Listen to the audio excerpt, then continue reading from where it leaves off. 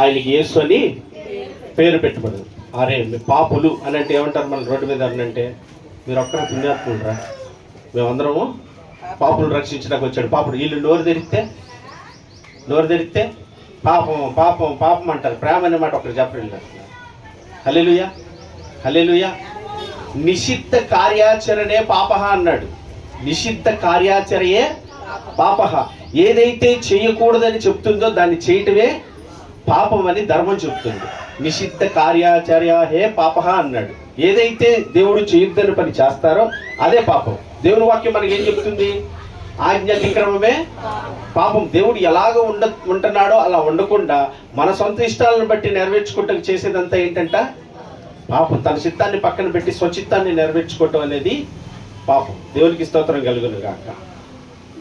ఇంతకుముందు మేము కూడా హిందువులే కాబట్టి అప్పుడప్పుడు వేదాలు ఎదురు చదువుతున్నాడు. పాపోహం పాపకర్మ పాప సంభవం పాపం రావా శరణాగతి వత్సల. పాపంలో పుట్టా, పాపంలో పెరిగా, పాపంలోనే మరణిస్తున్నా, నాకు దిక్కేది అని ఉదయకాలం లేసి ఏం చేశారంట? దండం పెట్టి సూర్యవేపు తిరిగి పలుకుతా ఉన్నారు. ఈరోజు కూడా చేసేవాళ్ళు చాలామంది ఉన్నారు. దానికి అర్థం ఏంటి? చాలామంది భక్తి చేస్తూ ఉంటాం, మనలోనే చేస్తారు, బయట చేస్తూ ఉంటారు. ఎందుకు చేస్తున్నాము, దేనికి చేస్తున్నాం అనేది అర్థం కానటువంటి పరిస్థితి అనమాట. ఎందుకు పలుకుతున్నాడు ఆ మాట, దేని కొరకు పలుకుతున్నాడు మాట, ఎవరి కొరకు పలుకుతున్నాడంటే పలికేటటువంటి పలుకులను మాత్రమే పరిగణలోకి తీసుకుంటారు, కానీ దాని అర్థాన్ని ఎవరు తీసుకునే ప్రయత్నము చేయరు. వాళ్ళు ఎలాగ పలికారో మనం కూడా అలాగ పలికే చాలని చెప్పి ఇవాళ అలాగే పలుకుతున్నారు. దేనికోసం పలుకుతున్నారు? నేను పాపంలో ఉన్నాను, నేను పాపంలో పుట్టాను, నీ పాపంలోనే బ్రతికి చనిపోతున్నాను, పరమాత్ముడు నన్ను నీవే కాపాడాలి అని. యజ్ఞ యాగాదులు చేసిన వాళ్ళు, ఋషులు మునులు తపస్సులు చేసిన వాళ్ళందరూ దేని కొరకు చేశారు? వీళ్ళందరూ దైవ దర్శనం కొరకు. దేవుడెవరో తెలుసుకోవాలి, దైవత్వం ఏంటో తెలుసుకోవాలి, దైవత్వం యొక్క లక్షణం ఏంటో తెలుసుకోవాలని ఒంటికాలతో నిలబడిన, అందరిని విడిచిపెట్టుకొని వెళ్ళిన, ఆ అరణ్యాల్లోకి వెళ్ళిన, లేకపోతే హిమాలయాలకు వెళ్ళి తపస్సు చేసిన వాళ్ళందరికీ కనపడింది ఏంటని చెప్తుంది? ధర్మం చెప్తుంది. ఏం చెప్తుంది తెలుసా? వారికి వెలుగు కలిగెను అని. దేవునికి స్తోత్రం కలుగును గాక.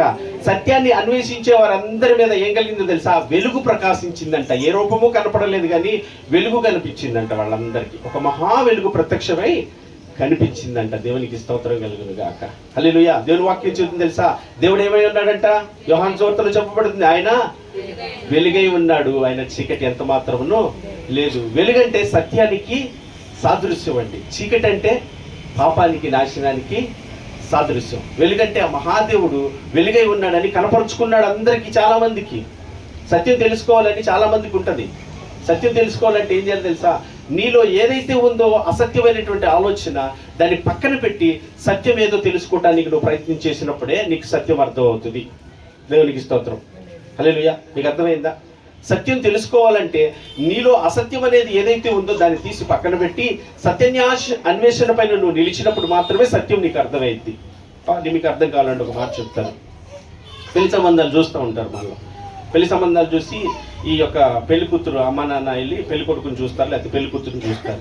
చూసి ఏం చేస్తారంటే చూసిరాగానే అబ్బాయికి మంచి జాబ్ ఉంటుంది, మంచి రంగు, హైటు అన్నీ బాగుంటాయి. వాళ్ళకి అన్నీ బాగుండగా చూసి అబ్బాయి చాలా బాగున్నాడు, అమ్మాయి చాలా బాగుంది, మన పిల్లోడికి సరిపోతారు అన్నీ అనుకుని వచ్చిన తర్వాత ఏం చేస్తారంటే మనకుంటుంది ఒక ఆచారంగా మనం దేవుని చిత్తం కూడా చెప్పండి, దేవుని చిత్తం కూడా కనిపెట్టాలి. అందుకని ఎవరుంటారు? పాస్టర్ గారికి చెప్దాము అని చెప్తారు. వీళ్ళు వెళ్ళొచ్చి ఏం చెప్తారంటే చూసి అయ్యా మేము అమ్మాయిని చూసాం, అబ్బాయిని చూసాం, బాగున్నాడు, అమ్మాయి బాగుంది, నచ్చింది, మాకు అన్నివ్వండి. అయితే దేవుని చిత్తం కూడా తెలుసుకోవాలి కదయ్యా. అంటే మీరు ప్రార్థన చేశారమ్మా అని అడుగుతారు. పాస్టర్ గారు మీరు చేసుకున్నారమ్మా, మరి మీకేం కనబడుతుంది అంటే మేము చేసామయ్య గారు. మాకు ఎవరు కనబడుతున్నారంట? ఆ అబ్బాయే, ఆ అమ్మాయే, ఆ అబ్బాయే, ఆమె. పాస్టర్ గారు ప్రార్థన చేస్తారు. ప్రార్థన చేసి అమ్మ ఆ వివాహం ఎందుకు మీకు దేవుడు ఏర్పాటు చేసినట్టు లేదమ్మా అంటే ఈ పాస్టర్ గారు ఎప్పుడు ఇంతే. ఎందుకంటున్నారు ఆ మాట? వీళ్ళు దేన్నైతే చూసి వచ్చారో, వీళ్ళకి ఏది అనువుగా ఉందో, ఏది ప్రయోజనకరంగా ఉందో వాళ్ళ దగ్గర వాటన్ని ఏమైంది వీళ్ళ హృదయాల్లో ఉండిపోయింది. వీళ్ళు ఎంత ప్రార్థన చేసినా ఏం కనపడుతుంది? అదే కనపడుతుంది. పాస్టర్ గారు ఏం చూడలేదుగా. పాస్టర్ గారు ఏం చేస్తున్నాడు? దేవుని యొక్క చిత్తం ఏదైతే ఉందో ఆయన వైపు చూసిన ఆయన నీ చిత్తం మీద చూస్తున్నాడు కనుక స్పష్టంగా ఏమవుతుందంట? కనబడుతుంది. ఎందుకు ఈ మాట చెప్పానంటే సత్యం ఏదైతే ఉందో తెలుసుకోవాలని అనుకున్నప్పుడు వారిలో ఉన్నటువంటి ఏటిని ఆరాధిస్తున్నారు వాటన్నిటినీ పక్కన పెట్టేసేసి, వాటన్నిటినీ పక్కన పెట్టేసి సత్యం ఏదైతే ఉందో దాన్ని ఒక్కటే నేను తెలుసుకోవాలని ఎప్పుడైతే కూర్చుంటావో అప్పుడు సత్యం అర్థమవుతుంది నీకు. దేవుడికి స్తోత్రం కలుగును గాక. అసత్యాన్ని అబద్ధాన్ని లోకంలో పెట్టుకొని సత్యం ఏదో నీకు తెలుసుకోవాలంటే నీకు సత్యాన్వేషణ ఏమాత్రమును జరగదు. అసలు సృష్టిలో ఉన్న సత్యం ఏమిటి, ఎవరు దేవుడు, ఆ దేవుడు ఎవరైతే నాతో మాట్లాడాలి అని నువ్వు తెలుసుకున్నప్పుడు మాత్రమే తెలుస్తుంది. ఈ ముందు నిలబడినప్పుడు నేను కూడా ఒకప్పుడు హిందువుగానే ఉన్నవాడిని. ఇటువంటి ఒక ఆలోచన నాకు చిన్నతనం నుంచి వెంటాడుతూ ఉండేది. పూజలు, పురస్కారాలు, వ్రతాలు అన్ని చేసిన కుటుంబంలో నుంచి వచ్చిన వాడిని. నేను కూడా మహాభక్తుడనే దేవుడి కృపను బట్టి. కానీ నాలో ఉన్నటువంటి నేను చేస్తున్నటువంటి దేన్ని నేను నా హృదయంలోకి పరిగణలో తీసుకోకుండా నేను అడిగింది ఏంటో తెలుసా, దేవుడు అనేవాడు ఉంటే నాతో మాట్లాడిన వాడే దేవుడు. ఎందుకంటే అప్పటికే నేను భయంకరమైనటువంటి పరిస్థితిలో ఉన్నటువంటి వాడిని. త్రాగుడికి, వ్యభిచారానికి, చేయకూడనటువంటి పనులకు చేసి నా జీవితం పాడైపోయి, నా జీవితం క్షీణించిపోయి, ఈ బాధల్లో పడి నన్ను విడిపించలేక, నన్ను కాపాడేవాళ్ళు ఎవరు లేక ఏడుస్తున్నటువంటి పరిస్థితి నాకు. అప్పుడు దినదినం ఏడుస్తూనే ఉండేవాడిని, ఏడిపిస్తూనే ఉండేవాడిని. నా జీవితంలో సంతోషం లేదు, నా జీవితంలో ఆనందం లేదు, నా జీవితంలో నెమ్మది లేదు. ఇటువంటి భయంకరమైన పరిస్థితిలో ఉన్నప్పుడు నేను అడిగేది ఒక్కటే, అరే దేవుడు అనేవాడు ఎవడైనా ఉంటే నాతో మాట్లాడండి రా. నేను ఇలాగే మాట్లాడేవాడిని. అరే ఎవడైనా అసలు దేవుడైనా వాడు ఉన్నాడా, వాడు ఎక్కడ ఉన్నాడు, వాడు ఏం చేస్తున్నాడు, నరుడు ఇన్ని బాధలు పడుతుంటే, నేను ఇన్ని కష్టాలు పడుతుంటే ఆ దేవుడు ఎవడో నాతో మాట్లాడా, అసలు దేవుడు అనేవాడు లేడని విరక్తి పుట్టినటువంటి సందర్భాలు, విసుగు వచ్చిన సందర్భాలు, విసిగిపోయి వేసారిపోయి విడిచిపెట్టుకొని ఇంకా భయంకరమైన పాపంలోకి వెళ్ళిపోయినటువంటి పరిస్థితి. వెళ్ళిపోయిన ప్రతిసారి, పడిపోయిన ప్రతిసారి, బాధపడుతున్న ప్రతిసారి నోరు తెరిచి హృదయం అడుగుతానే ఉంది, దేవుడెవడు. ఆ దేవుడు ఒక్కసారి వచ్చి నాతో మాట్లాడితే బాగుంటుంది కదా అని. దేవునికి స్తోత్రం కలుగును గాక. కృపగల దేవుడు, కనికరం గల దేవుడు కనుక, వాత్సల్యం చూపించే దేవుడు కనుక ఆయన విడిచిపెట్టక ఆయన తన ప్రత్యక్షతను తానే కనపరుచుకున్నాడు. దేవునికి స్తోత్రం కలుగును గాక. నేనే దేవుడును, నేను తప్పితే వేరొక దేవుడు లేడు అన్నాడు. దేవునికి స్తోత్రం. ఆ సామర్థ్యత చెప్పగలిగిన వాడు యేసుక్రీస్తు ఒక్కడే మాత్రమే. ఎవరు చెప్పలేకపోయారు ఆ మాట, నేనే దేవుడనని. ఆయన మాత్రమే చెప్పగలిగాడు. దేవునికి స్తోత్రం కలుగును గాక. నాకు ఆ మాట అంటే చాలా ఇష్టం. ఆ మాట అంటే అంతే కోపం. నేను చెప్పాలంటే నేను ఒక్కడే చెప్పాలి, ఇంకెవరు చెప్పకూడదు. మీకు కూడా అంతేనే కదా. మిమ్మల్ని అందరిని కూర్చోబెట్టి, అక్క వీళ్ళందరిలో మీరు ఒక్కడే బాగున్నారంటే బాగుంటుంది, అందరితో పాటు మీరు బాగున్నారంటే అందరితో పాటు మీరు బాగుంటుంది, మాకు స్పెషల్ లేదే. మరి ఈ పిల్లడు కళ్ళు కనపడతలేదు అనుకుంటాం లేదా? అందరితో పాటు మేరీ అందరిలో కన్నా నువ్వు స్పెషల్గా ఉన్నావు మేరీ అని అంటే దేవుని ఇస్తావు అనుకుంటా. అందరిలాగే నువ్వు కూడా ఉన్నావు మేరీ అంటే ఆయన కళ్ళు కనపడవు అనుకుంటా. ఇంగ్లీష్ వేసుకొచ్చినా కూడా అందరితో పాటు కలిపేస్తున్నారేంటి అని నేను కూడా అలా అనుకునేవాడిని. నేనంటే మనం అనుకోవాలి కదా, ఈయనేంటి నేనే అంటాడేంటి, నువ్వు ఒక్కడవేనా, నేనే అంటే అర్థం ఏంటి, నేను ఒక్కడనే అని. దేవునికి స్తోత్రం కలుగును గాక. ఆ మాటకి గుండె పగిలిపోయినంత నేనెవరో ఇంత గట్టిగా చెబుతున్నాడు, నేనే దేవుడు అని. ఆ మహావీరులకు ప్రత్యక్షమై ఆయన కనపడి మాట్లాడినప్పుడు నువ్వు దేవుడు అని నాకు ఎలా తెలుస్తుంది, ఏ దేవుడువు నువ్వు, ఎవరికి దేవుడువు, దేనికి దేవుడువు నువ్వు నాకు చెప్పు. ఇలాగే అడిగింది. నువ్వు దేవుడు అంటున్నావు, దేనికి దేవుడువు, ఎవరికి దేవుడువు, ఎందుకు దేవుడు. చాలా మంది భక్తి చేస్తూ ఉంటారు, మనలో కూడా చేస్తూనే ఉంటారు, మనలో కూడా చేస్తూనే ఉంటారు. కానీ ఎందుకు చేస్తున్నావు, దేనికి చేస్తున్నావు, ఎందుకు వస్తున్నావు, ఎందుకు వెళ్తున్నావు కూడా తెలియని పరిస్థితి. పాటలు పడతారు, ఉన్నావా అసలున్నావా పడతారు, చూస్తావా. మనం అడుగుతాం అంటగా, అడగం. చాలా మందిని కూడా బయట అడిగితే దేవుణ్ణి అడుగుతారండి, కళ్ళు పోతాయి, తప్పు అట్లా అడుగుతున్నాం అనేవాళ్ళు లోకల్లో ఉన్నారు. అడగాలి, అడుగుడి అంటున్నాడు దేవుడు, అడుగుడి వెతుకుడి అంటున్నాడు దేవుడు. నన్ను నేను ప్రత్యక్షపరుచుకుంటాను. నీ ఆశ ఉంటే నువ్వు అడుగుతావు, నీకు తృష్ణ తాపత్రం ఉంటే నువ్వు వెతుకుతావు. కావాలనుకుంటే నీకు ఆశ లేనప్పుడు నువ్వు అడగవు, నీకు తృష్ణ తాపత్రం లేనప్పుడు నువ్వు వెతకవు. చాలని సరిపెట్టుకుంటావు నీ బ్రతుకు జీవితం, అది ఇట్లా చాలని. నీ పరిస్థితుల్లో నీ దేవుడు కావాలంటే వెతుకుతావు, నువ్వు అడుగుతావు ఆయన్ని ఖచ్చితంగా. అట్టి వారికంట ఆయన ఆసన్నుడైన దేవుడు అంట. దేవునికి స్తోత్రం కలుగును గాక. హల్లెలూయా. ఆశపడిన ప్రాణాన్ని తృప్తిపరిచే దేవుడు అంట మనం ఆరాధిస్తున్నాం మన యేసయ్య. ఆశతో అడిగానయ్యా, దేవుడు ఎవడో చూడాలి, ఆ దేవుడు ఎటువంటి వాడో తెలుసుకోవాలి, ఆ దేవుడి యొక్క లక్షణాలు ఏంటో తెలుసుకోవాలనుకున్నావు. అప్పుడు నేను ఆరాధిస్తున్నది ఏది నా హృదయంలో లేదు. ఎవరినాడు, నేను ఒకటే అన్నా, నువ్వు ఏ దేవుడు అయితే ఆ దేవుడు నన్ను ప్రత్యక్షపరచు. అల్లవా నాతో మాట్లాడు, యేసుక్రీస్తా నాతో మాట్లాడు, లేదా బౌద్ధుడువా నువ్వు నాతో మాట్లాడు, అయితే నేను ఆరాధిస్తున్న 1,000,000 దేవతలు నువ్వు ఒకటివా, నువ్వు నాకు కనబడి మాట్లాడు అన్నా. దేవునికి స్తోత్రం కలుగును గాక. ఆయన స్వరం ఇచ్చి మాట్లాడాడు, నేనే దేవుడనని. అంత గొప్ప దేవుడు ఉంటాడు మన కొరకు. నేనే అని చెప్పగలిగిన వాడు. ఆ మాట కొంచెం కోపమును బాధలు కలిగి, కానీ ఆ మాట నన్ను అలాగే పట్టుకొని నడిపిస్తూ ఉండేది. నువ్వే దేవుడు అయితే కనుక నువ్వు ఏ దేవుడో ప్రత్యక్షపరచుకుంటే ఆయన ఒక్క మాట అన్నాడు. ఏమన్నాడు తెలుసా? ఇందాక మనం చదివాం, మన పాపములను దేని నిమిత్తం వచ్చాడు భూమి మీదకి? తన ప్రజలను వారి పాపముల నుంచి ఆయనే రక్షించడానికి యేసు అని పేరు పెట్టబడింది. నువ్వు పాపం చేసావు అన్నాడు. దేవునికి స్తోత్రం కలుగునుగా. ఈరోజు పాపం అనే వాటికి ప్రజలకు ఎలా అనిపించింది అంటే అసహ్యంగా ఉంటుంది, చిరాగ్గా ఉంటుంది, విసుగ్గా ఉంటుంది. కానీ చేసేవన్నీ పాపపు పనులే, పాపపు క్రియలే, పాపపు తలంపులే. పాపం అంటే ఏంటో తెలీదు. పాపం అంటే మాత్రం చిరాకు, అసహ్యం పుడుతుంది. చేసేదంతా పాపం. అప్పుడు ఆయన నాతో మాట్లాడిన మాట ఏంటో తెలుసా? నువ్వు పాపము చేసావు. పాపమా? నేనే పాపం చేశాను? త్రాగుబోతుతనము, వ్యభిచారము, అబద్ధము, దొంగతనము, మత్సరం, యువతలు, ఇలాంటివన్నీ నాలో ఉన్నాయండి. ఇలాంటివన్నీ నాలో ఉన్నాయి. అప్పుడు దేవుడు పరిశుద్ధాత్ముడు నా లోపలికి వచ్చి నా పాపం, దేవుని వాక్యం ఏం తెలుసా? నీతిని గురించి తీర్పులు ఒప్పించేవాడు ఎవరంట? పరిశుద్ధాత్ముడు అంట, నువ్వు కాదంట. అందుకే అన్నాడు, దేవుని సహాయం ఎవరైతే కోరుకుంటారో ఆయన నీలోనికి వచ్చి ఒప్పింపజేస్తే కనుక నీ పాప దోషాలన్నీ. కానీ మనం చాలా మంది ప్రార్థన, అయ్యా నా దోషాలు, నా పాపాలు, అయ్యా నన్ను క్షమించాడు. ఏమి కాదు. ఎందుకని తెలుసా? నీ వల్ల నా వల్ల కాదు. ఆశ్రయదుర్గమైన దేవుణ్ణి ఆశ్రయించు అన్నాడు. అప్పుడు నాకేం తెలుసు పాపం గురించి? ఆయన నాలోకి వచ్చినప్పుడు ఏమండి, చిన్నతనంలో కొట్టినటువంటి తిట్లు కానీ కొట్లు కానీ, మా నాన్న కానీ బిడ్డలను కానీ ఎంతమందిని బాధ పెట్టానో ఒక జలధారలాగా నా కన్నీళ్లు పశ్చాత్తాపంతో ఏడుస్తానే కూర్చున్నా. అవును నేను పాపిని పాపంతో కన్నీళ్లతో ఏడుస్తూనే, వేదనతో అలాగే కన్నీళ్లు కారుస్తూనే ఉన్నాను. ఆ కన్నీళ్ళు ఎక్కడి నుంచి వచ్చిందో తెలియట్లేదు. ఇన్ని కన్నీళ్లు నాలో ఉన్నాయా?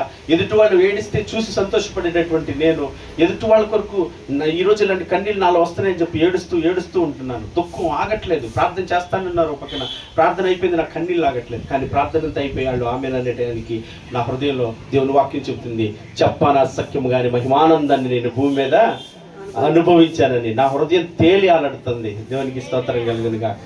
నాకేమీ అర్థం కావట్లేదు, చాలా సంతోషంగా ఉంది. నేను ఆ చర్చి మెట్ల దిగి కిందకు వస్తూ ఉంటే నేను భూమి మీద నడుస్తున్నానా లేదా భూమి మీద 2 అడుగులు పైకి, అంత తేలి ఆడిపోయి ప్రశాంతమైనటువంటి జీవితం. అప్పుడు దాకానండి నన్ను చంపడానికి మా ఇంటి దగ్గర యాసిడ్ బాటిల్ పట్టుకుని కూర్చున్న వాళ్ళు ఉన్నారు. రోడ్డు మీద ఎక్కడ దొరుకుతాడని చంపడానికి నా వెనకాల తిరిగిన వాళ్ళు ఉన్నారు. రోజుకు ఒక 1/2 బాటిల్ మందు తాగితే కానీ పడుకునేటువంటి పరిస్థితి. భయం, భీతి, వేదన, కంగారు, చిరాకు, రోదన, కన్నీళ్ళే నా జీవితం అంతా. ఏ ఒక్క క్షణం కూడా లేదండి ఆనందం. అటువంటిది ఆ మహాదేవుడు ఎప్పుడైతే నా పాపాలన్నిటినీ ఒప్పింపచేశాడో అసలు ఎంత ఆనందంగా ఉన్నానంటే అంత ఆనందంగా. అసలు ఇంత సంతోషం ఉంటుందా? అసలు ఇలాంటి దేవుడు ఉన్నాడా? అసలు దేవుడి గురించి నాకు తెలియాలి, ఈ దేవుడి గురించి నాకు తెలియాలని మనసులో అలాగే అనుకుంటా ఆనందంతో సంతోషంతో ఇంటికి వచ్చినప్పుడు నేను తాగే బాటిల్ రోజు ఉండేది నా ముందు రెడీగా ఉంది. నేను ఇంటికి రాగానే ఫ్రిడ్జ్లో తీసుకొని జాగ్రత్తగా మా ఇంట్లో ప్రార్థన చేసుకుని నేను తాగి శుభ్రంగా వాళ్ళతో పాటు ఉండేవాడిని అనమాట. ఆ బాటిల్ ఇంకా చూశాను, విరక్తి పడుతుంది. దేవునికి స్తోత్రం కలుగును గాక. ఒకప్పుడు ఎక్కడుందని ఎత్తుకునేది ఏం కడతా తెలుసా? విరక్తి పడుతుంది, చీ అని చెప్పి. అయితే నాకు ఒక సందేహం ఉండేది, నిజంగా కనుక ఈ ఆనందం ఎన్ని రోజులు చూడు, దాన్ని అక్కడ పెట్టిన అక్కడ పెట్టుకోండి నేను చూద్దామని చెప్పేది. దేవునికి స్తోత్రం కలుగును గాక. అలాగా ఉంచి నేను దాదాపు 30 రోజులు పరీక్షించుకున్నాను. నిజంగా నాతో మాట్లాడాను. ఆ 31వ రోజు తీసుకెళ్ళి ఆ బాటిల్ కాలంలో పడేసాను నేను. దేవునికి మహిమ కలుగును గాక. ఆ రాత్రి దేవుని కృపను బట్టి నేను ఆలోచన చేస్తున్నాను, మాట్లాడింది దేవుడైతే నాతో ఇంకొకసారి మాట్లాడతామని. రాత్రి 10 గంటల సమయం మళ్ళీ అదే స్వరం వినబడుతుంది, నేనే దేవుడను అని. అయ్యా నేనే అని అనబాక, గుండె పగిలిపోయినట్టుంది నాకు. నువ్వు ఏ దేవుడో నువ్వు ప్రత్యక్షపరచుకో, నన్ను కనపరచు. ఈ ఆనందానికి అవధులు లేవు, ఈ ఆనందానికి సంతోషానికి అవధులు లేవు, నువ్వు నాతో ఇంకొకసారి మాట్లాడమంటే. నన్ను అన్నాడు, ఒకసారి అటు గోడ వైపుకి చూడు అన్నాడు. నేను ఒక గోడ వైపుకి అలా తిరిగి చూడగానే యేసుక్రీస్తు వారి సిలువ వేయబడి వేలాడుతూ ఉన్నాడు. ఏం కనబడుతుంది నీకు అని అక్కడ అడిగాడు. అక్కడ అడిగినప్పుడు నేను చెప్పాను, ఎవరో నేను కొట్టిపడేశారు, ఇది చేసినట్టున్నావు. మనం ఎంత మేధావులో తెలుసు. సత్యం మనకి బాధపడదు కదా. ఎవరో నిన్ను కొట్టిపడేశారు, అందుకే నువ్వు అక్కడ వేలాడుతున్నావు అన్నావు. ఆయన అన్నాడు, నీ కొరకు, నీ ప్రజలందరి కొరకు. నేను చదవబడిన వాక్యం ఏంటి? తన ప్రజలను వారి పాపముల నుండి ఆయనే విడిపించును గనక ఆయనకి యేసు అని పేరు పెట్టబడును అన్నాడు. దేవుడికి స్తోత్రం. అదే వాక్యం ఆ రోజు ఆయన నాతో మాట్లాడింది. ప్రజల కొరకు ప్రాణం పెట్టేటటువంటి దేవుడు ఉంటాడా?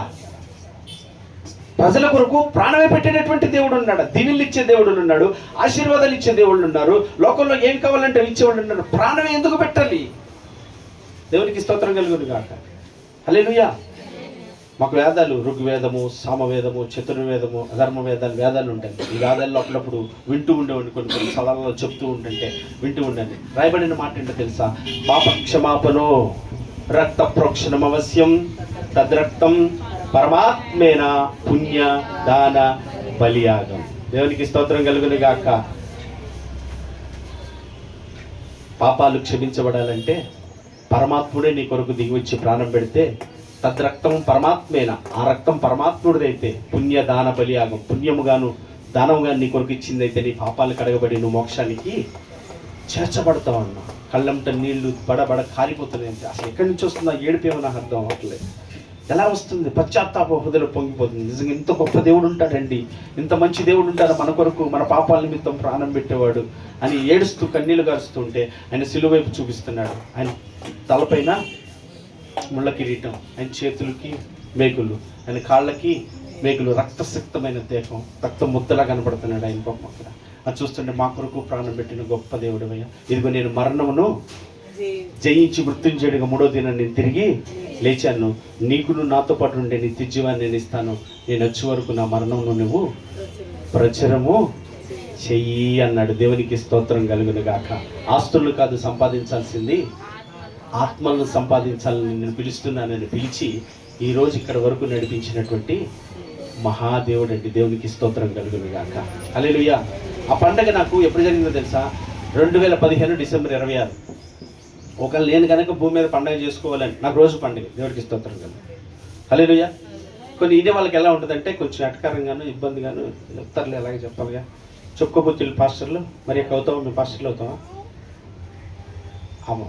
చెప్పబోతే పౌలు భక్తుడు అంటాడు, నేను తిని రుచించి తిని కనుకనే మాట్లాడుతున్నాను అన్నాడు. యెహోవా ఉత్తముడని రుచి చూచి తెలుసుకున్నాను. దేవునికి స్తోత్రం కలుగునా. నేను చెప్పే మాట సత్యం. దేవునికి స్తోత్రం కలుగునా. నేను ఈరోజు సంతోషంగా ఉన్నాను. నన్ను చాలామంది అడుగుతారు జాబ్కి వెళ్ళినప్పుడు, లేదా కొత్త, అయ్యా బాగున్నారా? నేను ఒక మాట అంటాను, కొంచెం వాళ్ళకి ఇబ్బంది కలిగిన, నేను ఇవాళ రేపు ఎల్లుండు యేసుక్రీస్తు వారు వచ్చే వరకు నేను బాగానే ఉంటాను బాబు, నాకేం బాధ లేదు, నీ గురించే బాధ.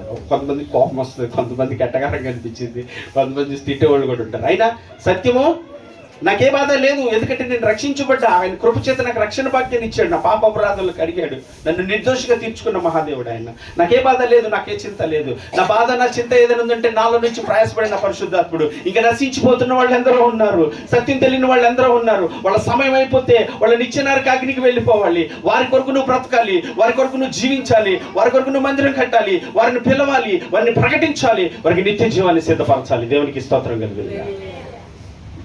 హల్లెలూయా. దాని నిమిత్తే ఇవన్నీ మనకు అనుగ్రహించింది. వెనకాల ఒక మాట ఉంది, చదవండి.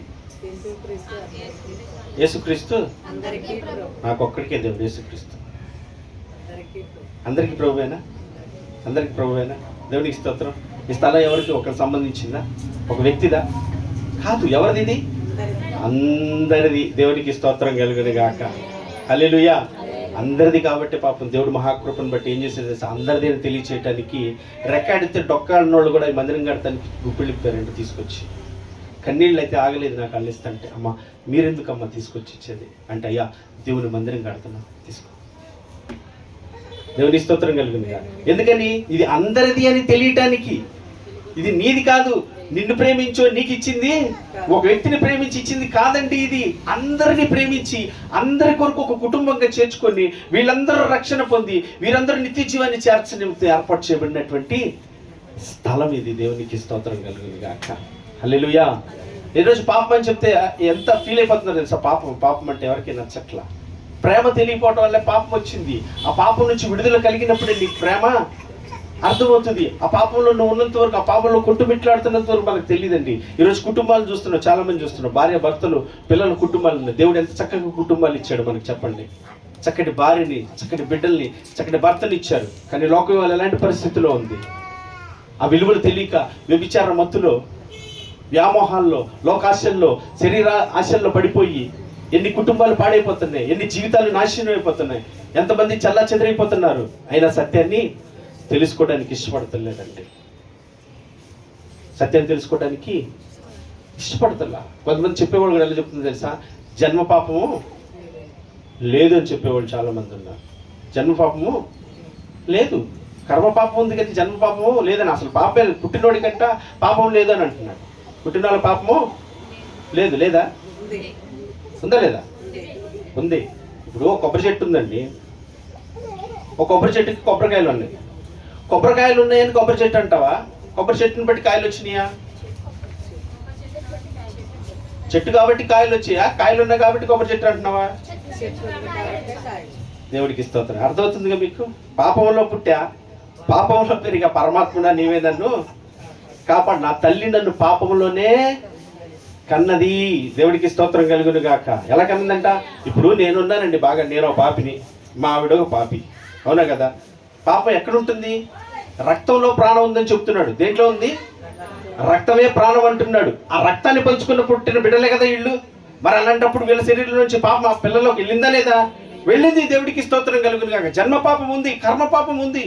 ఆ జన్మ పాపం నుంచి విడుదల పొందాలి. కానీ ఈరోజు ఏం చెప్తారు? జన్మ పాపం లేదు, కర్మ పాపం లేదు. చంటి బిడ్డలు ఏం చేశారు? చంటి బిడ్డలు ఏం చేయలా. నువ్వు చేసినటువంటి వాటిని బట్టి వాళ్ళ మీదకి వచ్చింది. దేవుడు వాక్యం చెందిన తల్లిదండ్రుల దోషాలు బిడ్డల మీదకి వస్తాయి. నువ్వు చేసినట్లు కడుక్కోవాలి, దేవుడి సన్నిధిలో ఒప్పుకొని విడిచిపెట్టాలి, పశ్చాత్తాపంతో దేవుడి సన్నిధిలో వేడుకోవాలి. పాపం లేదని చెప్తున్నారు.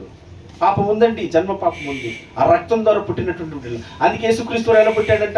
ఇంత చదివిన మాటలో కన్యక గర్భవతి అయి ఆయన జననం పవిత్రమైనది. దేవుడికి స్తోత్రం కలుగును గాక. హల్లెలూయా.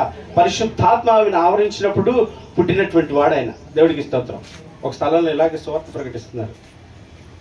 సువార్త ప్రకటిస్తుంటే ఆ కరపత్రాలు లాక్కొని వెళ్ళిపోయారు. కరపత్రాలు లాక్కొని వెళ్ళిపోతే, అయ్యా కరపత్రాలు లాక్కి వెళ్ళిపోయావు, అలా చేయబక్కం, ఏదో సువార్త ఎవరి గురించి ప్రకటిస్తున్నావు నువ్వు అన్నాడంట. నీకు తెలీదా అని అడిగాడంట. ఎవరి గురించి ప్రకటిస్తున్నావు అంటే, యేసుబాబు గురించి ప్రకటించేది నువ్వు అన్నాడంట. ఆ యేసుబాబు గురించి ప్రకటిస్తున్నావు. ఆయన ఎలా పుట్టాడు అన్నాడు. నీకు తెలీదా అన్నాడు. ఎలా పుట్టాడు? పరిశుద్ధాత్మ ద్వారా జన్మ. అలా ఎవరైనా పుడతారా? అలా ఎవరైనా పుడతారా?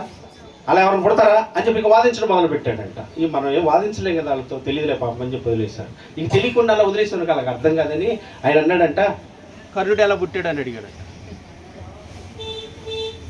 ఆయన అడిగాడంట, నువ్వు హిందువే కదా, కర్ణుడు ఎలా పుట్టాడు అన్నాడు. మా సంగతి మీకెందుకు, మీరు ఎట్లా పుట్టారు చెప్పండి అన్నాడంట. కాదు నువ్వు చెప్పలే, కర్ణుడు ఎట్లా పుట్టాడు చెప్పు. మీకు తెలుసా? మీకు ఎవరికి తెలుసా ఎట్లా పుట్టాడా? చెవులో నుంచి. నేను ఎగతాళి చేయాలని చెప్పట్లా. సత్యము ఏమంటే గర్భం ధరించేది ఎక్కడ? స్త్రీ కడుపులోనే కదా. క్లారిటీగానే ఉందా? మరి ఇది ఎంత విచిత్రంగా ఉంది. విచిత్రమైనటువంటి విషయాలను పక్కన పెట్టి సత్యాన్ని నమ్మటానికి కష్టమైపోతున్న పరిస్థితులను చెప్తున్నాను నేను. హల్లెలూయా. మనం ఏం చేస్తున్నాము? మనం చేసేది భక్తేనా? నిజంగా మనం ఆరాధిస్తుంది దేవుని అనేది తెలుసుకోలేని పరిస్థితుల్లో ఉన్నటువంటి ప్రజలను బాధతో చెప్తున్నానండి. వాళ్ళని ఎగతాళి చేయాలనో లేకపోతే వేలెత్తి చూపించాలనో కాదు. తెలియనప్పుడు ఎలా తెలుస్తుంది వాళ్ళకి? ఇంకెవరు చెప్పకపోతే ఎలా తెలుస్తుంది? మాకు ఎవరో చెప్పలేదండి రేపొద్దున అని అంటారు ఖచ్చితంగా. కనీసం ఆలోచన కలిగిద్దేమో, అప్పుడన్నా వారు తెలుసుకుంటారేమో అని మాత్రమే మాట్లాడుతున్నాం. కానీ వాళ్ళని ఏలెత్తి చూపించాలన్నా, వాళ్ళ ఎగతాళి చేయాలన్నా దేవుని వాక్యం చెప్తుంది, నీ కంట్లో దూలం పెట్టుకొని ఎదుటివాడిని నలుసుని తీస్తున్నావు నువ్వు అని చెప్తుంది. వాళ్ళని హేళన చేయాలని ఉద్దేశం వాళ్ళు ఏమాత్రమో కాదు. వాళ్ళు నశించిపోతారేమో. వాళ్ళు చేస్తుంది ఏదో వాళ్ళకి తెలియాలి, చెప్పాలి అని చెప్పి. దేవునికి మహిమ కలుగును గాక. ఎక్కడ పుట్టింది పాపం అసలుకి? ఈరోజు నూతనంగా వస్తున్నామండి మేము చర్చి, క్రిస్మస్ నుంచి. ఎక్కడ పుట్టింది? ఏదైనా తోటలో కలిగిందంట. దేవుడికి స్తోత్రం కలుగుతుంది కాక. దేవుడు ఏం చేశాడు? ఆదామవ్వల్ని చేసి ఈ చెట్ల పండ్లన్నీ తినొచ్చు కానీ ఆ చెట్ల పండు మాత్రం తినకూడదు అని. తినకూడదని ఏం చేసింది అవ్వమ్మ గారు? భక్తుడు చెప్తాడు, ఆ పండు తినొద్దన్నాడులే కానీ చూడొద్దన్నారా అని చెప్పి అక్కడికి వెళ్ళి చూస్తుందంట రోజు. ఆ పండు ఎలా ఉందంట? కళ్ళకు రమ్యమైనదిను ఎంతో మురిపించేదిగా ఉందంట. వద్దన్నాడులే, తినొద్దన్నాడులే కానీ చూడొద్దన్నాడు. రోజు వెళ్ళి చూస్తుందంట. ఒకడు ఉన్నాడు మోసగాడు మనకి, ఆడొచ్చి మోసం చేసి చెప్పటం, వీడు చూస్తాం, ఆడొచ్చి జరుగుతుంది. రోజు వస్తుంది రమ్యంగా. ఒక రోజు అనుకుందంట, ఆయన తినొద్దన్నాడు కానీ చూడొద్దనలేదుగా అని ఒక రోజు అనుకుందంట. ఇంకో రోజు ఆయన చూడొద్దనండి కానీ కొయ్యొద్దన్నాడా అని కోసిందంట. ఒకరోజు కోసి అనుకుందంట, ఆయన తినొద్దన్నాడు కానీ చూడొద్దనలా, కొయ్యొద్దనలా, కొరకొద్దన్నాడా అనుకుందంట. ఒకసారి రోజు సరేలే అని చెప్పి ఆయన తినొద్దన్నాడు కానీ కొరకొద్దని అనలేదు కదా, రుచి ఏంటో చూసి ఊసేద్దామని చెప్పి ఏం చేసిందంట, కసుకమని కొరికిందండి. కొరకంగానే అదొక రకమైనటువంటి రుచిగా ఉండి భలే ఉందని చెప్పి ఆమె మొత్తం మింగేసిందంట. దేవుడికి స్తోత్రం కలిగిందా. ఇప్పుడు తినొద్దని పండి ఏం చేసింది, తినేసింది. తినేసేసి ఏం చేసిందంట, వీళ్ళు ఒక్కళ్ళు ఒంటరిగా ఉంటారు కదా, ఏం చేస్తారు తిని, అక్కయ్య ఇంకోసం పోసుకొని అనే దగ్గరికి వచ్చిందంట మేలకుండా. ఏమమ్మా అవమ్మా ఎక్కడికి పోయావు, ఇప్పుడు దాకా కనపడతలేదు, ఏమైపోయావు, ఏంటి, ఏం చెప్పవేంటండి మొహం ఇట్లా పెట్టి చూస్తుందంట. అమ్మో ఏంటో తేడాగా ఉన్నావు నువ్వు, ఏందో అసలుకి వాళ్ళు ఏం జరిగింది ఏంటి, అవమ్మ చెప్పు, మాట్లాడు, నోరు తెరవంటే నేను మాట్లాడండి నీతో అంటాను. అమ్మో రోజు లేని ప్రవర్తన కాదు, ఇదేదో వింత ప్రవర్తన ఉంది, కొత్త ప్రవర్తన ఉంది, ఏంటి నువ్వు అసలుకి ఏం మాట్లాడవు ఏంటి అని చెప్తుంటే చేతులు వెనకాల పెట్టుకొని ఇట్లా ఉందంట. ఏంటో చూపించు అని అంటే, తీస్తే ఈ పళ్ళు ఏమన్నా దేవుడు తినొద్దన్నది నువ్వు తిన్నావా, ఇంకేమన్నా చస్తాం మనం, ఇంకేమన్నా మనకి అని చెప్పి ఈయన తిడుతుంటే అందంట, అవును అవును నేను సావాలనే కదా నీ కోరిక, నేను సావాలి, నేను చస్తే ఇంకోదాన్ని, ఆడవాళ్ళు ఏమంటారు ఇంతేగాని ఏమన్నా అనుకో ఆడవాళ్ళే, అవును నీ చస్తే ఇంకోదాన్ని చేసుకుందామనే కదా నీ ఆశ, నీ కోరిక ఇప్పుడు నాకు తెలిసింది బయట అని చెప్పి గొడవాడుతుందంట. అమ్మో నీ బాధలు నేను పడలేని తల్లిలో నేను ఎందుకు వచ్చింది ఈ బాధ నాకు అని చెప్పి, అమ్మమ్మ ఒకసారి ఆలోచించి, దేవుడు నాలో నుంచి నిన్ను తీశాడు, ఎముకల్లో ఒక ఎముక తీసి చేసిన తర్వాత నువ్వు ఒక్కదానివే ఆడదానివి, ఇంకెవరు ఆడవాళ్ళు లేరు కదా అంటే, ఓ ఆదమ్మా నువ్వు పెద్ద తెలియగలడు నాకు తెలుసు, నీ ఎముకల్లో ఒక ఎముకగా తీసింది, ఇంకా లోపల చాలా ఎముకలు ఉన్నాయి కదా, అందుట్లో నుంచి కూడా తీయగలిగింది దేవుడు, నీ దేవుడు సమర్థుడు అందంట. ఓరి నాయనో, దీని తెలియతే అట్లా మామూలుగా, ఎందుకంటే ఆ పండు ఏంటిదంట, దేవుని వాక్యం చెప్తుంది, మంచి చెడ్డల తెలివినిచ్చు మంచి మర్చిపోయారు, చెడంతా వస్తూ ఉంటుంది, చెడంతా బయటకు వస్తూ ఉంటుంది. నువ్వు నీ దేవుడు బాగానే ఉండండి, నేను చస్తాను, నేను పోతే ఏమైందని చెప్పి పెడతాంటే ఈ ఆడలు పెట్టుకుని తెప్పలు తట్టుకోలేక ఇంట్లో తట్టుకుంటాం మనం. అప్పుడు మగలు కూడా పెడతారులేండి, దేవుడికి స్తోత్రం వాళ్ళనే కాదు, ఈ తెప్పలు తట్టుకోలేక, అమ్మో నీకు వందనాలమ్మా, ఇక నేను పడలేను, ఏదైతే అదే ఇది తెచ్చాయి ఆ పళ్ళు అని చెప్పి ఏం చేసిందంట, కూర్చొని నిద్ర కలిసి తినేదాకా ప్రాణం పోవాలి, ఆయన తిన్నాక అప్పుడు మనశ్శాంతిగా అమ్మయ్య అనుకుందంట. ఇక రోజు ఎవరు వస్తున్నారు, దేవుడు సలపట దేవుడు వస్తున్నాడు. దేవుడు వచ్చేటానికి వీళ్ళిద్దరు ఏమైపోయారు, శరీరాలు కనబట్టి సిగ్గు కలిగింది, కష్టంలో కట్టుకుని వీళ్ళు మూలకు వచ్చున్నారు. దేవుడు రానే వచ్చాడు, వచ్చి ఆదామా ఆదామా ఎక్కడని పిలుస్తున్నాడంట, ఆదామా ఆదామని పిలుస్తున్నాడు, పలకట్లేదు. ఆదామా నువ్వు ఎక్కడా అని అంటే, నేను చెట్టు చాటున్నాను. చెడు చాటు ఉన్నావు, నీకు తెలిసిన వాడు ఎవరు, నేను దిగంబరని, దిగంబరని చెప్పినవాడు ఎవడన్నా, ఎవరు చెప్పాలి, నాకే కనపడుతున్నాయి, ఇక నేను చెప్పేది ఏంటన్నా, ఎవడు చెప్పేది ఉంది, నా దిగంబరత్వం నాకే కనబడుతుంది అని అన్నాడు. అయ్యో బయటికి రండి అని పిలిచినాకు వస్తే, ఎందుకు చేశారు ఈ పనులు మీరు అని. అప్పుడు మొట్టమొదట కోర్టు అక్కడే న్యాయం ప్రతిదీ మొదలైంది ఏదేం తోటలోనండి. దేవుడి స్తోత్రం కలుగుతుంది. పిలిచాడంటే, ఆదమ్మా నువ్వు ఇటురా, ఎందుకు జరిగింది, ఇదిగో ఈ అవ్వే నువ్వెందుకు చేసావు, అగో ఆ సర్పమే చేసిందని. ఈ ముగ్గురిని పిలిచి, ఆదమ్మా నువ్వు ఎందుకు చేసావు ఈ పాపం అంటే, నువ్వు ఇచ్చినా ఈ స్త్రీయే చేసింది, నాదేం తప్పు లేదండి. స్త్రీని అడిగాడంట, నువ్వెందుకు చేసావు పాపం అన్నాడంట. ఇదిగో సర్పం అంటే తెలుగులో, సర్పం అంటే తెలుగులో పాము, ఈ పాంగడి చేశాడు అందంట. అందుకని ఏం చేశాడంట, ఒక అయ్యగారు ఒక మంచి ప్రసంగం చేశాడు, ఏంటో తెలుసా, నీకు తర్వాత చెప్తాను, దేవుడి స్తోత్రం. ఆదాము అన్నాడంట, నువ్వు నీ భార్య చెప్పిన మాట విని పాపం చేసావు కనుక నీవు చెమటోడ్చి కష్టపడి తినాల్సిందే నీ జీవితకాలం అంతే అని నిన్ను చెప్పిస్తున్నాను అన్నాడు. దేవుడికి స్తోత్రం కలుగుతుందిగా. ఇక ఆదాము గారిని పక్కన పెట్టారు, అవ్వమ్మను పిలిచారంట. అవ్వను పిలిచి, నువ్వు ఆ సర్పం మాటిని నా మాటలు లక్ష్య పెట్టి నువ్వు చేసావు కనుక నీ జీవితకాలం అంతా ప్రసవ వేదనతో పడి పిల్లలకంటావు, నీ కుటుంబాన్ని పోషించుకోవటానికి నువ్వు కష్టపడుతూనే బతకాలన్నానంట. ఇక పావును పిలిచారంట. మరి పావుగా ఎందుకు చేసేవిట్టాను అన్నానంట. అంటే నేను ఒక మినిస్ట్రీ స్టార్ట్ చేశాను, 2 ఆత్మలు సంపాదించుకున్నాను, ఇక నువ్వన్నీ చేసి అన్నీ నేనన్నీ పాడు చేస్తానే నా ఉద్యోగం అన్నాడంట. ఆడి ఉద్యోగం అంతేనా కదా, దేవుడు చేసినవి అన్నీ పాడు చేస్తావే, నేను ఒక మినిస్ట్రీ స్టార్ట్ చేశాను, అప్పుడే 2 ఆత్మలు సంపాదించేసుకున్నాను, ఇక నువ్వు చేసిన అన్నట్లని పాడు చేస్తానే ఉంటానంటున్నాడు అని అంటాడు. మగోళ్ళకేమో తిప్పలు, ఆడవాళ్ళకేమో నొప్పులు, పావుకేమో కప్పలు. అర్థమైందా? మగోళ్ళకేమో తిప్పలు, ఆడవాళ్ళకేమో నొప్పులు, పావుకేమో కప్పలు. ఈ ఎక్కడి నుంచి వచ్చిందో జనానికి తెలియదు. ఈ నరుడికి ఎక్కడి నుంచి వచ్చింది ఇటువంటి ప్రసవ వేదన, అయ్యో నేను ఎంత కష్టపడి పడాల్సి వస్తుంది ఏంటి, ఇవి ఎంత బాధపడాల్సి వస్తుంది ఏంటి అని చెప్పి, ఆ పాము ఎందుకు ఉంది, ఆ పాము ఎందుకు ఇట్లా పాకుతుంది అనే విషయం చాలా మందికి తెలియదు. మన హైగారు చెప్తున్నాడు, నాగుల చవితికి పుట్ల పాలు బత్తకి వెళ్తూ ఉంటారు కదా, వాళ్ళు వెళ్తుంటే అందరూ వెళ్తారు, అయ్యా ఎక్కడికి వెళ్తారంటే పాలు పొత్తాకి వెళ్తున్నారు అన్నారు. ఏదో ఒకసారి ఆ పాలు చూపించారు. చూశానంటే ఎరా ఉట్టి పాలు తీసుకెళ్తున్నారు, మీరేం భక్తి, కొంచెం హార్లిక్స్ కూడా తీసుకెళ్ళిపోయారు అన్నాడు. దేవుడి స్తోత్రం. ఏం తీసుకెళ్ళమన్నాడు? హార్లిక్స్ కూడా తీసుకెళ్ళిపోయారా అన్నట్ట. అంటే కొంచెం ఆయన మంచిగా అంటాడు, ఎప్పుడు ఆయన మామూలు ఏం పోతారా, కొంచెం మంచిగా పోయండి, చేసే భక్తి మంచిగా చేసుకోండి, మీకు తెలియాలి కదా అని చెప్తున్నాడంట. పావుతో వచ్చే తిప్పలేంటి, ఏం పోసినా మనల్ని అసలు పావు ఎక్కడి నుంచి వచ్చింది అనేది తెలీదు. తెలియక ఏమిటి పాపం లోకంలో జరిగేదంతా వాటిని కూడా ఆరాధించేటటువంటి పరిస్థితి లోకంలో కనబడుతుంది. ఇవాళ మగవాళ్ళకి ఎందుకు వచ్చింది తిప్పలని తెలియదు, ఆడవాళ్ళకి నొప్పులు ఎందుకు వచ్చాయో తెలియదు. ఒక్కొక్కరి హాస్పిటల్లో జాయిన్ చేశారంట, తీసుకెళ్తే ప్రసవ వేదనకి చాలా బాధపడుతుందంట. అయ్యగారికి ఫోన్ చేశారంట. అంటే ఏదైనా మరి అయ్యగారికి చెప్పాలి. వెంటనే ఫోన్ చేసి అయ్యగారు అమ్మాయి మరి ప్రసవించట్లేదు, చాలా ఇబ్బందిగా ఉంది అని. నేనేం చేస్తాను, ఆవిడ ప్రసవించకపోతే నేను వచ్చి కాన్పు చేయమంటావు, ఇప్పుడు బలిలాగా ఉంది ఇదంతా. కాదు అయ్యగారు మీరు ప్రార్థన చేయండి. సర్లే మరి ప్రార్థన చేస్తాను. అక్కడ కదా అయ్యగారు ఇక్కడికి వచ్చి చేయాలండి. ఊరి బాబు మామూలుగా లేదు ఇది ఎవరు, మరి ఏం చేస్తాం, తప్పదు కదా, వాళ్ళు ఎక్కడ రామంటే అక్కడికి వెళ్ళాలని వెళ్ళాడంట. అయ్యగారు లోపలికి వెళ్ళాం కానీ అక్క ప్రార్థన చేస్తున్నట్ట. పరిశుద్ధుడా ఏంటి నొప్పులు నాయన, పరిశుద్ధుడా ఏంటి తిప్పలు నాయన, పరిశుద్ధుడా ఏంటి బాధలు నాయన అన్నాడు. ఈలో అయ్యగారు లోపలికి వెళ్ళాడంటే ఆనాడు చేసుకున్న తప్పు నాయన, ఆ రోజు చేసుకున్నారు కదమ్మా అక్కడ, దానివల్ల వచ్చినటువంటి నొప్పులు తిప్పలే, ఇవన్నీ పడాల్సిందే, తప్పేదేమీ లేదు అని చెప్పాడంట. దేవుడికి స్తోత్రం కలుగును కాక. ఎందుకు స్త్రీ ప్రసవ వేదన పడి పిల్లలు కంటుందన్న విషయం తెలిసే చాలా మందికి తెలియదు. దేవుడికి స్తోత్రం కలుగును గాక. దేవుని యొక్క మాటను అతిక్రమించడం వల్ల వచ్చినటువంటి పాపాన్ని, శాపాన్ని బట్టి అమ్మ కొంచెం అక్కడ స్థలమే ఉండి వాళ్ళకి కొంచెం అన్నయ్య మీరు ఇటు వచ్చేది ఇద్దరు అన్నయ్య మన దగ్గరికి వచ్చాడు. అన్నయ్య దాన్ని ఇటు పైకి రండి అని చిన్న అన్నలు ఇద్దరిని, అన్నయ్య మీరు వచ్చేసేది అనేదండి, మనకి ఇక్కడ ప్లేస్ ఉంది చక్క వచ్చేది అన్నయ్యని కూడా అన్నది వచ్చేది పైకి వచ్చింది చక్క.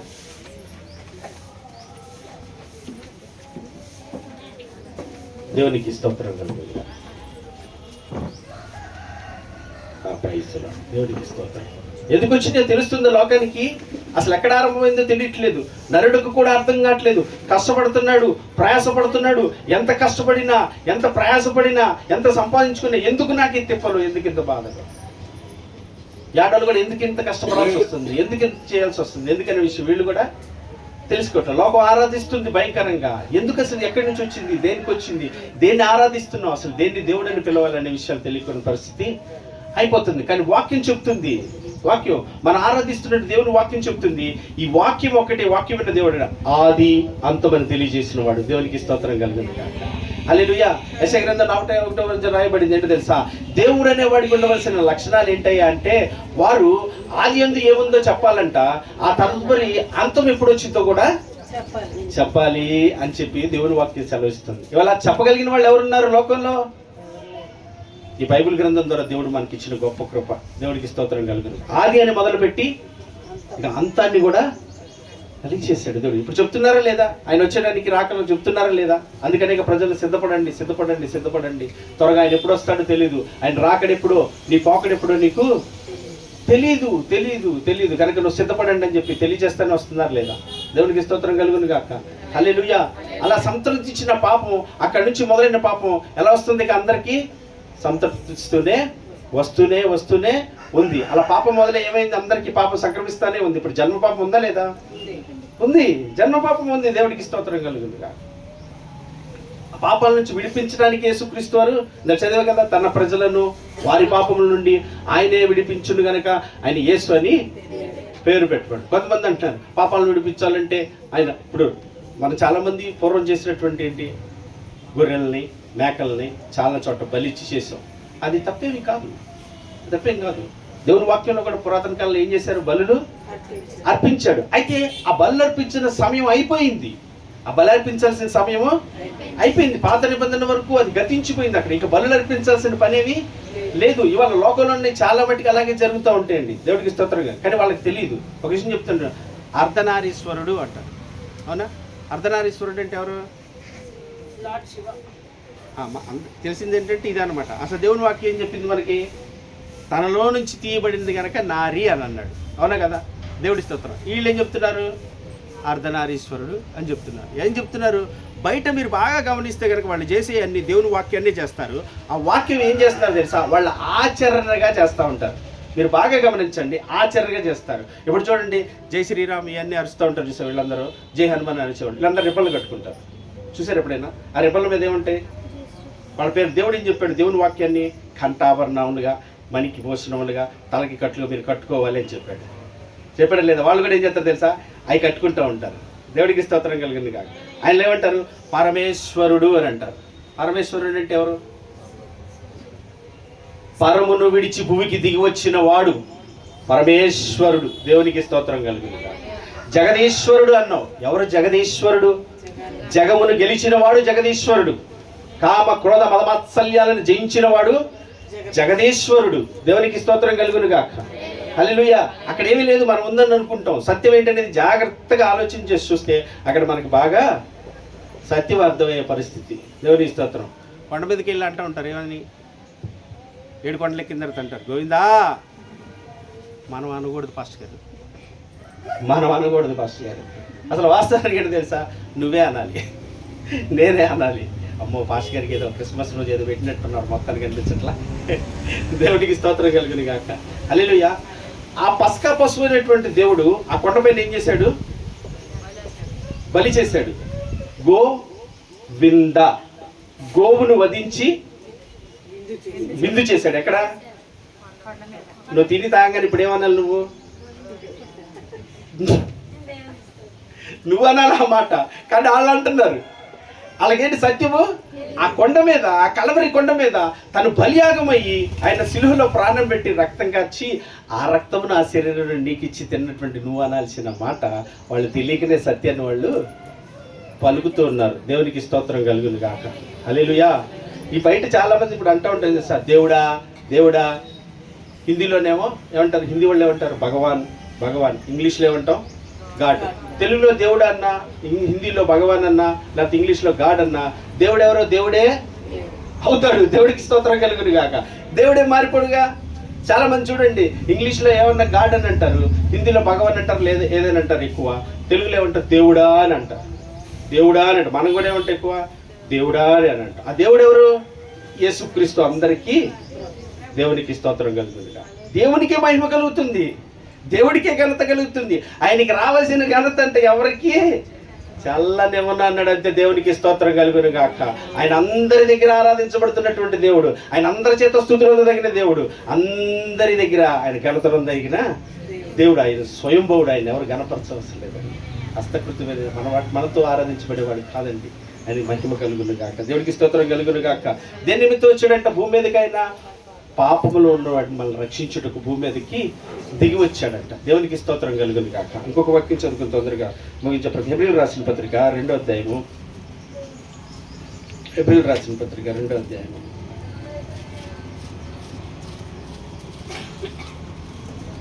హెబ్రీయులకు రాసిన పత్రిక 2వ అధ్యాయం 14-15 వచ్చిన.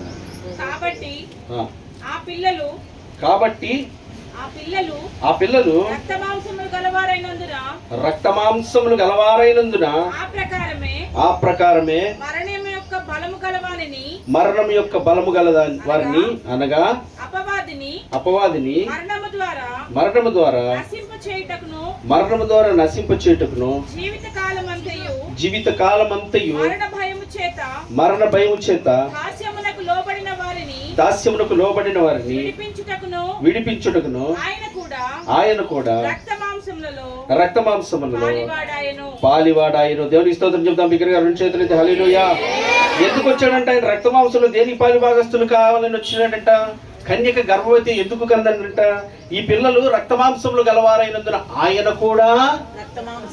అక్కడ మాట వాడాడు, పిల్లలు అని. ఎంత గొప్ప మాట తెలుసు అది. దేవునికి స్తోత్రం కలిగినగా. బయట ఆరాధించబడుతున్న వాళ్ళు, పూజించు ఘనతపడుతున్న వాడు ఎవరు చెప్పినటువంటి మాట అది, పిల్లలు అని. ఎవరినంటారు? ఇప్పుడు మన పెద్దమ్మ పిల్లల్లో, చిన్నమ్మ పిల్లల్లో, అక్కల పిల్లలు ఉన్నారనుకో, ఎంత ఆస్తులు ఇచ్చి తీసుకెళ్ళి వాళ్ళకి ఇచ్చి, వాళ్ళ తరతరాలు తరగబడి ఆస్తి వాళ్ళకి ఇచ్చి, నా బిడ్డల్ని తల్లిలా చూసుకోమంటే చూసుకోగలుగుతారు ఎవరన్నా? ఎవరు చూసుకోలేరండి. మన బిడ్డలు మనం చూసుకున్నంత తిరిగి, తిండి పెట్టకపోయినా, ఏం పెట్టకపోయినా, ఏం చేయలేము, మనకున్న దాంట్లో పెట్టుకొని చూసుకుని మనం చూసుకున్నంత తిరిగి ఎవరు చూడలేరు. కానీ యేసుక్రీస్తు వారు మన కొరకు ప్రాణం పెట్టి, మనకి ఆయన కొరకు, మన కొరకు రక్తం కార్చి, మనం ప్రేమించిన ప్రేమ చేత ఏమని పిలుస్తున్నాడు తెలుసా? పిల్లలు అని పిలుస్తున్నాడు. దేవునికి స్తోత్రం కలుగును గాక. హల్లెలూయా. ఎంత గొప్ప ప్రేమ చూడండి. శ్రీమంతుడు, అద్వితీయుడు, సత్యవంతుడైన దేవుడు, వసింప సఖ్యము గారి తేజస్సులో అమరత్వంలో తానొక్కడే వసించున్నటువంటి దేవుడు, పాపం చేసిన మనం, పాప ఊబిలో పడిపోయిన మనల్ని పాప ప్రక్షాళన జరిగించడానికి వచ్చి మనల్ని పిలుస్తున్నటువంటి మాట ఏంటో తెలుసా? ఆ పిల్లలు రక్తమాంసములు గలవారైనందున. రక్తమాంసంలోనే ఉన్నారా? మహిమ శరీరంలో ఉన్నారా? దేవునికి స్తోత్రం. హల్లెలూయా. దేంట్లో ఉన్నాం మనం? రక్తమాంసంలోనే ఉన్నాం. మళ్ళీ ఏ రక్తం ప్రవహిస్తుంది ఇప్పుడు? పాప రక్తం, జన్మ పాపంతో చేయబడినట్టు రక్తం ప్రవహిస్తుంది. ఆ పాపాన్ని మనం ఏం చేస్తున్నాం? యేసు రక్తంలో కడుక్కొని పరిశుద్ధపరుచుకున్నంత మాత్రం ఒకసారి పవిత్ర పరిశుద్ధులు అయిపోయావా? అవులా? క్రీస్తుతో కూడా శ్రమ పొందిన ఎడల క్రీస్తుతోటి వారు నీవు రక్తం కారునంతగా పాపంతో పోరాడలేదన్నాడు. దేవుడి స్తోత్రం కలుగునుగా. అవునా కదా? రక్తం కారునంత పోరాడామా మనం? పోరాడలా. యేసుక్రీస్తుని ప్రకటించుకోకండి. మీరు ప్రకటించారంటే కనుక నీ తల తీసేస్తానంటే ఏమంటాం? ఏదో ఖాళీగా ఉంటాం కాబట్టి ప్రకటించుకుంటున్నాం సార్. వెళ్ళే వాళ్ళ తల దాకా తీసేది ఎందుకు? మేము కలిసి వెళ్ళిపోతాం అన్నట్టు కాంప్రమైజ్ అయిపోయేవాళ్ళు చాలామంది ఉన్నారు. పైకి భక్తి చేసేవాళ్ళు ఉన్నారు లేదా? ఒకవేళ అలాంటి పరిస్థితి మనకు వస్తే కనుక, ఒకవేళ ఇప్పుడు ఇక్కడే జరుగుతుంది అనుకో, మిమ్మల్ని అందరినీ ఇక్కడే పెట్టి యేసుక్రీస్తు వారి దేవుడు కాదని ఎవడు చెప్తాడు? వాడిని బయట పంపిస్తారంటే ఏం చెప్తారు మీరు? నిజమేనా? ఇంకో 10 నిమిషాల్లో వస్తారంట. మరి తర్వాత నన్ను ఏమనొద్దు. ఆల్రెడీ ఫోన్ చేసి చెప్పారు నాకు. ఎందుకంటే మీరు ఇక్కడ కట్టొద్దన్నారు, మీరు కట్టారండి, వస్తాను మీ వాళ్ళందరూ చెప్పండి ఒక మాట అని చెప్పారు. తర్వాత మీ ఇష్టం. లేదయ్యా మేము అట్లాంటి వాళ్ళం కదా వెళ్ళిపోతాం అంటే మీకు ఇబ్బంది లేదు, అలాంటి వాళ్ళందరూ వెళ్ళిపోవచ్చు తొందరగా, నేను ఎవరిని ఇబ్బంది పెట్టాను. మళ్ళీ తర్వాత వాళ్ళు వచ్చి మరి కొడతారు, తిడతారు, లోపల తీసుకెళ్ళి వేస్తారు. నాకైతే తెలియదు. మా పాస్టర్ గారు మీరు ఎట్ట చేశారంటే, మేమేదో క్రిస్మస్ అని పిలిచారు, భోజనాలు పెడతారంటే వచ్చాను నేను. మీరెట్ట వచ్చి ఇరికిచ్చేసే ప్రయత్నం చేసేటట్టుగా ఎట్ట కుదరదు, నేను వెళ్ళిపోతానండి, నేను మిమ్మల్ని ఏమన్నా మీరు వెళ్ళిపోవచ్చు. దేవుడిస్తా. హల్లెలూయా. ఎంతకాలం ఉంటాం అండి భూమి మీద? ఎంతకాలం ఉంటాం? ఎన్ని రోజులు ఉంటాం? ఏం చేస్తాం? భక్తి ఎందుకు చేస్తున్నాం? దేవునితో మనం తెలియనటువంటి పరిస్థితిలో మనం ఉంటున్నాం. దేనికి బ్రతుకుతున్నావు తెలియని పరిస్థితి. రేపనే దినం ఎందుకు వస్తుందో తెలియని పరిస్థితి. ఏం చేస్తున్నావో తెలియని పరిస్థితి. భక్తిలో ఏం సాధించామో, ఏం సంపాదించామో, ఏమొచ్చిందో తెలియనటువంటి పరిస్థితి. జీవించుచున్నా నన్న పేరు ఉన్నది, మృతుడనే నేను మృతుడనే, చల్లగా నైన ఉండు వెచ్చగా ఉండు నువ్వు వెచ్చని స్థితియేల సోదరా, చల్లగా నైన ఉండు వెచ్చగా ఉండు నువ్వు వెచ్చని స్థితియేల సోదరి, వారి వారి క్రియలకు జీతమిస్తానన్న, వారి వారి క్రియలకు జీతమిస్తానన్నా. దేవుని స్తోత్రం. ఏం చేస్తానంట? వారి వారి క్రియలకి శాలరీ పేమెంట్ ఇస్తాడంట. మీ అందరికి పేమెంట్ ఇస్తానంటాడంట. దేవుని స్తోత్రం. ఆ పేమెంట్ ఎంతమంది తీసుకుంటున్నారు? అందరూ తీసుకుంటున్నారు లేదా? అందరం తీసుకుంటున్నాం. దేవుడికి స్తోత్రం కలుగుతుంది. అది ఎక్కడ కనపడిద్దో తెలుసా? మీ హృదయాల్లో, మీ కుటుంబాల్లో, మీ జీవిత శైలిలో కనబడిపోద్ది ఆ జీతం. పాపం వల్ల వచ్చే జీతము మరణం. ప్రభువైన యేసుక్రీస్తు అంది నిత్య జీవం. నిత్య జీవం. ఆ జీతం ప్రతిరోజు వచ్చిందండి. ప్రతిరోజు ఒక కూలివాడు కష్టపడితే సాయంత్రానికి ఎంత ఇస్తారు? 500 1000 ఇస్తూ ఉంటారు. అలా సాయంత్రానికి వాళ్ళ జీతం ఇచ్చినట్లుగా ఆ దినమంతా నువ్వు చేసినటువంటి దాన్ని బట్టి నీకు ప్రతిఫలం దేవుడు చెప్పాడు లేదా? వారి క్రియలకు తగిన ప్రతిఫలం నేను ఇచ్చేస్తానంతే. ఏ లేదంటాడు. దేవుడికి స్తోత్రంగా లేదు కాక. ఆయన న్యాయమును వసించేటటువంటి దేవుడు. న్యాయమును నీతిని ఎప్పుడు తప్పేవాడు కాదండి. మీ మందిరానికి వచ్చామండి, మేము కానుకలు ఇస్తామండి, మేము మందిరం కట్టుకుంటున్నారు కాబట్టి 1,00,000 రూపాయలు ఇస్తానండి అంటే వెరీ గుడ్ తీసి అంటాడా? మందిరం మానకుండా వస్తానండి నేను తీసేస్తాడా? పాటలు పడతానండి, నేను వాక్యం బాగా చెప్తాను, ఉన్నట్టే చెప్తానండి, నేను అసలు ఏం అబద్ధం చెప్పాను, కావాలంటే అడగండి, నా ద్వారా రక్షణ పొందిన వాళ్ళు చాలామంది ఉన్నారంటే ఇస్తాడా? నేను అలా ప్రవర్తించినప్పుడు చేసేదేమి ఉండదండి దేవుని పెట్టలారా. అందుకే దేవుని వాక్యం చెప్పి తెలుసా? మోసపోకుడి దేవుడు వెక్కిరించబడ్డాడు. ఓ మనుష్యుడా, ఏది విత్తుతావో ఆ పంటే కోస్తావు. శీతాకాలం వచ్చేటప్పుడు ఏమొస్తాయి? సీతాఫలాలు వస్తాయి. ఎండాకాలం రాగానే సీతాఫలాలు ఎత్తుకొని ఎండాకాలం వచ్చింది మామిడికాయలు పంటించిద్దా? మనకి ఇవ్వాలిగా. మరి మనం అట్లాగే ఎదురు చూస్తూ ఉంటాంగా.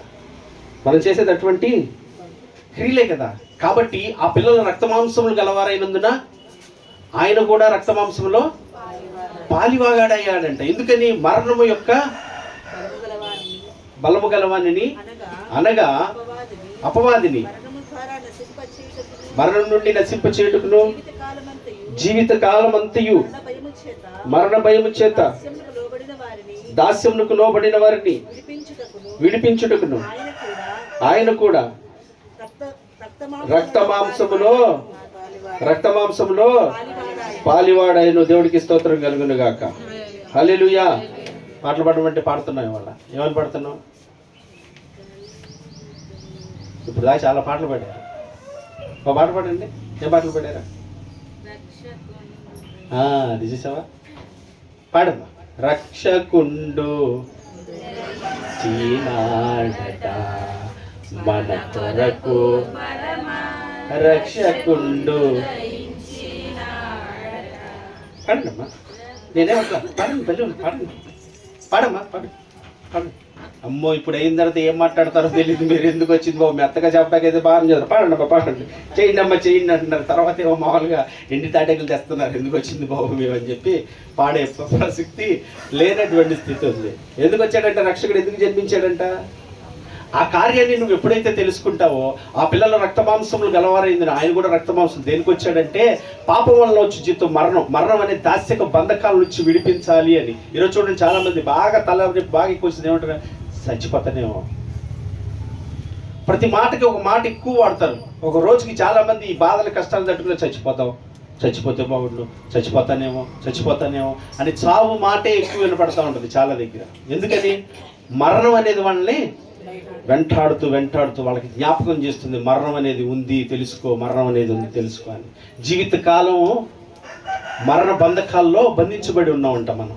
మరణం అనేది మనిషికి తథ్యం. ఆ మరణం ఏం చేస్తుంది? నిత్య నరకాగ్నికి తీసుకువెళ్తుంది. అక్కడ అగ్ని ఆరదు, పురుగు చావద్దు, దానికి సంబంధించి యుగాలు లేదు. వ్యాధనకరమైన స్థలం, భయంకరమైన స్థలం. ఒకసారి అక్కడికి వెళ్తే ఎవరు వెనక్కి తిరిగి రావటానికి లేదండి. చాలా మంది అంటారు, అమ్మా చనిపోయినాక భయంకరమైన ఉంది. యేసుక్రీస్తు వారు నీకు కల్వరి శిలువలో ప్రాణం పెట్టాడమ్మా, నీ కొరకు ఎంత ప్రేమ చూపించాడమ్మా, మార్చుకోండి అమ్మా అంటే, ఆ రేపొద్దున నరకానికి వెళ్తాం లేవయా, ఏది పిక్నిక్కి వెళ్తున్నట్టు, లేదా టూర్కి వెళ్తున్నట్టు, లేదా ఫంక్షన్కి వెళ్తున్నట్టు, పెళ్ళికి వెళ్తున్నట్టు రేపొద్దున నరకానికి వెళ్తాం లేయా? తెలిసి మాట్లాడుతున్నావా, తెలియక మాట్లాడుతున్నావా? తెలిసే మాట్లాడుతున్నారంటవా? నాకైతే తెలిసైతే ఎవరు మాట్లాడరంట. తెలిస్తే ఒక్కసారి కనుక తెలిస్తే ఎవరు మాట్లాడరు మాట. ఎందుకంటే అది ఎట్లా ఉంటుంది ఎవరికి తెలియదు. ఎవరి స్తోత్రం. అది ఎట్లా ఉంటుంది ఎవరికి తెలియదు కనుక నేను మాట్లాడుతున్నాను. తెలియదు కనుక. అందుకే యేసుక్రీస్తు వారు ఏం చేశారు? సిలువలో ప్రాణం పెడతా, తండ్రి వీరేమి చేయిస్తున్నారో వీరు ఎరుగరు కనుక వీరిని క్షమించు అని. నేటి వరకు నీ పక్షాన నా పక్షాన దేవుడు విజ్ఞాపన ఎందుకు చేస్తూ ఉంటాడు తెలుసా?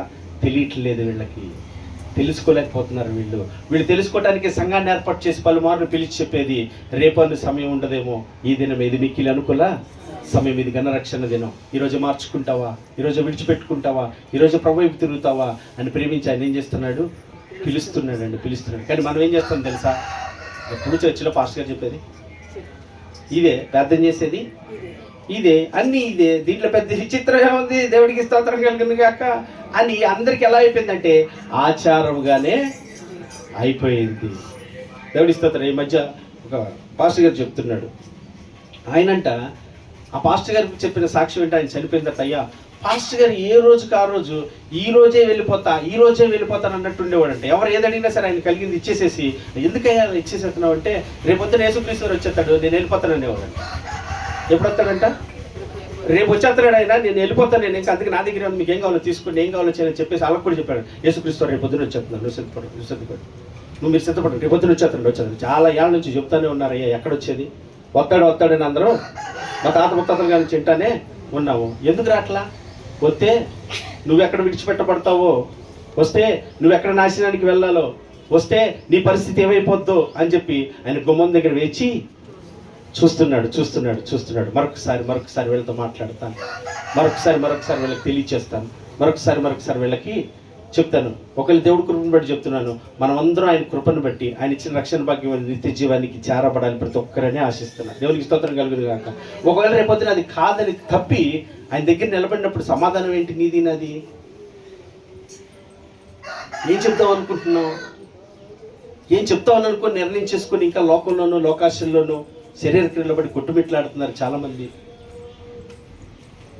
వాళ్ళకి తెలియట్లేదు, వాళ్ళకి తెలియట్లేదు, తెలుసుకోవట్లేకపోతున్నారు. సత్యం వాళ్ళకి అర్థము కావట్లేదు. ఎందుకని? వీళ్ళ మీద ఏలుబడి చేస్తున్నటువంటి ఆ పాపం ఏదైతే ఉందో, దేవుని వాక్యానికి విరుద్ధంగా ప్రవర్తిస్తున్న ప్రవర్తనను బట్టి, క్రియలను బట్టి, తలంపులను బట్టి, ఆలోచనలు బట్టి సత్యం ఎంత విలువైనదో అర్థం కాదు మనకి. దేవుడికి స్తోత్రం కలుగునుగా. సత్యం ఎంత విలువైనదో తెలుసుకోవాలంటే ఎప్పుడైతే నువ్వు పాపమని గ్రహించి నీ పాపములు ఒప్పుకొని విడిచిపెట్టడానికి నువ్వు ఇష్టపడిన రోజున సత్యం ఎంత గొప్పదో నీకు తెలుస్తుంది. దేవునికి మహిమ కలుగును గాక. అర్థమైందా? ఒప్పుకొని విడిచిపెట్టి నీతిగా బ్రతకడానికి నువ్వు ఇష్టపడ్డప్పుడు, ఆ వాక్యాన్ని అనుసరించి నడవడానికి పరిశుద్ధాత్ముడు నీకు సహాయం చేస్తున్నప్పుడు దానిలో ఉన్న ఆనందము, దానిలో ఉన్న సంతోషం పెట్టింది నీకు అప్పుడు అర్థమైంది. ఈ పాపాన్ని విడిచిపెట్టనంత వరకు, ఈ పాపాన్ని ఒప్పుకొని కడుక్కున్నంత వరకు నీకు ఆ సత్యం ఏంటో తెలియదు. నువ్వు వింటానే ఉంటావు, ప్రార్థన చేస్తానే ఉంటావు, పాటలు పాడతానంటావు, వాక్యాన్ని బోధిస్తానే ఉంటా, కానీ సత్యం విలువ చాలా మందికి తెలియనటువంటి పరిస్థితులండి. దేవునికి స్తోత్రం కలుగుతుంది. హల్లెలూయా. ఆయన ఎందు నిమిత్తం వచ్చాడో ఆ కార్యాన్ని మనం తెలుసుకోవాలి. ఎందు నిమిత్తం ప్రాణం పెట్టాడో అది మనం అనువదించుకున్నప్పుడే హ్యాపీ క్రిస్మస్ చేయగలుగుతాం. అది ఒకరోజుతో ఆగిపోయేది కాదండి, ఒకరోజుతో ఆగిపోయేది కాదు. నాకు రేపు క్రిస్మస్ లెక్క అయితే నేను చేసుకోవాలంటే రేపు నాకు డిసెంబర్ 26వ తారీఖు అనమాట, 26 7 గంటలకి నాకు క్రిస్మస్ మొదలైంది. ఆ క్రిస్మస్ నేను ఇంకా చేసుకుంటాను. నాకు పండగ అంటే ఎంత భయం తెలుసా? నాకు పండగ అంటే ఎంత తొందరగా వెళ్ళిపోతే బాగుండు అనిపించింది నాకు. ఎందుకు తెలుసా? అన్నీ డబ్బులతో జరిగేదే కానీ ప్రేమతో జరిగేది ఒక్కటి కనపడదు నాకు. ఎక్కడ చూసారా? మీకు కనపడింది ఎక్కడైనా? ఎక్కడ కనపడదండి. యేసుక్రీస్తు వారిని అంగీకరించిన తర్వాత దేవుని కృపను బట్టి మీరు అర్థం చేసుకుంటారు, మీకు తెలుస్తారని చెప్తున్నానండి. ఇదిగో మా మధ్యనే ఉంది మా ఆవిడని నేను పక్కన వెళ్తే ఈవిడ చేసుకున్నారు మీరు అనేవాళ్ళు ఉన్నారు. ఒకసారి బండి మీద వెళ్తున్నాం, ఇద్దరు వెళ్తుంటే పోలీసు అని మా బండి ఆపాడు. ఆపితే బండి పక్కన పెట్టాం. ఏమంటే హెల్మెట్ లేదు, వేయలేదంటే సార్ ఏదో వెళ్తున్నాం ఫ్యామిలీ అని అంటే పాపం ఆయన ఎక్స్క్యూజ్ చేసి హెల్మెట్ 150 రాసుకున్న తర్వాత ఆయన ఎందుకు అన్నాడు, ఇవి చూసి ఈవిడెవరు అన్నాడు. మా ఆవిడండి, మీ ఆవిడ. ఆ డబ్బులు కట్టినట్టు కాబట్టి ఈవిడ బాధ లేదు. ఆడేంటి అంటాడు పోలీసు వాడు, మీ ఆవిడ అంటాడంటే చూసిన వాళ్ళకి కొద్దిగా పడతా ఉంటుంది లేదు. దేవుడికి స్తోత్రం. వాళ్ళకి తెలియదు కదా ఆవిడ నాకు ఎంత విలువైందో, ఆవిడ నాకు ఎంత ఇదో, దేవుడు నాకు ఎంత ప్రేమగా నాకు కొరకు చేశాడు. ఆవిడ విలువేలు ఎవరికి తెలిసింది? పోలీసు వాళ్ళకి తెలుస్తా, లోకాలకు తెలుస్తా, తల్లిదండ్రులు అత్తమాలకు ఎవరికి తెలియదు. ఎవరికి తెలియదు తెలుసా? భర్తకే తెలుస్తుంది. దేవుడికి స్తోత్రం కలుగును గాక. భర్త విలువ భార్యకి మాత్రమే తెలుసు ఎంత విలువైన వాడు.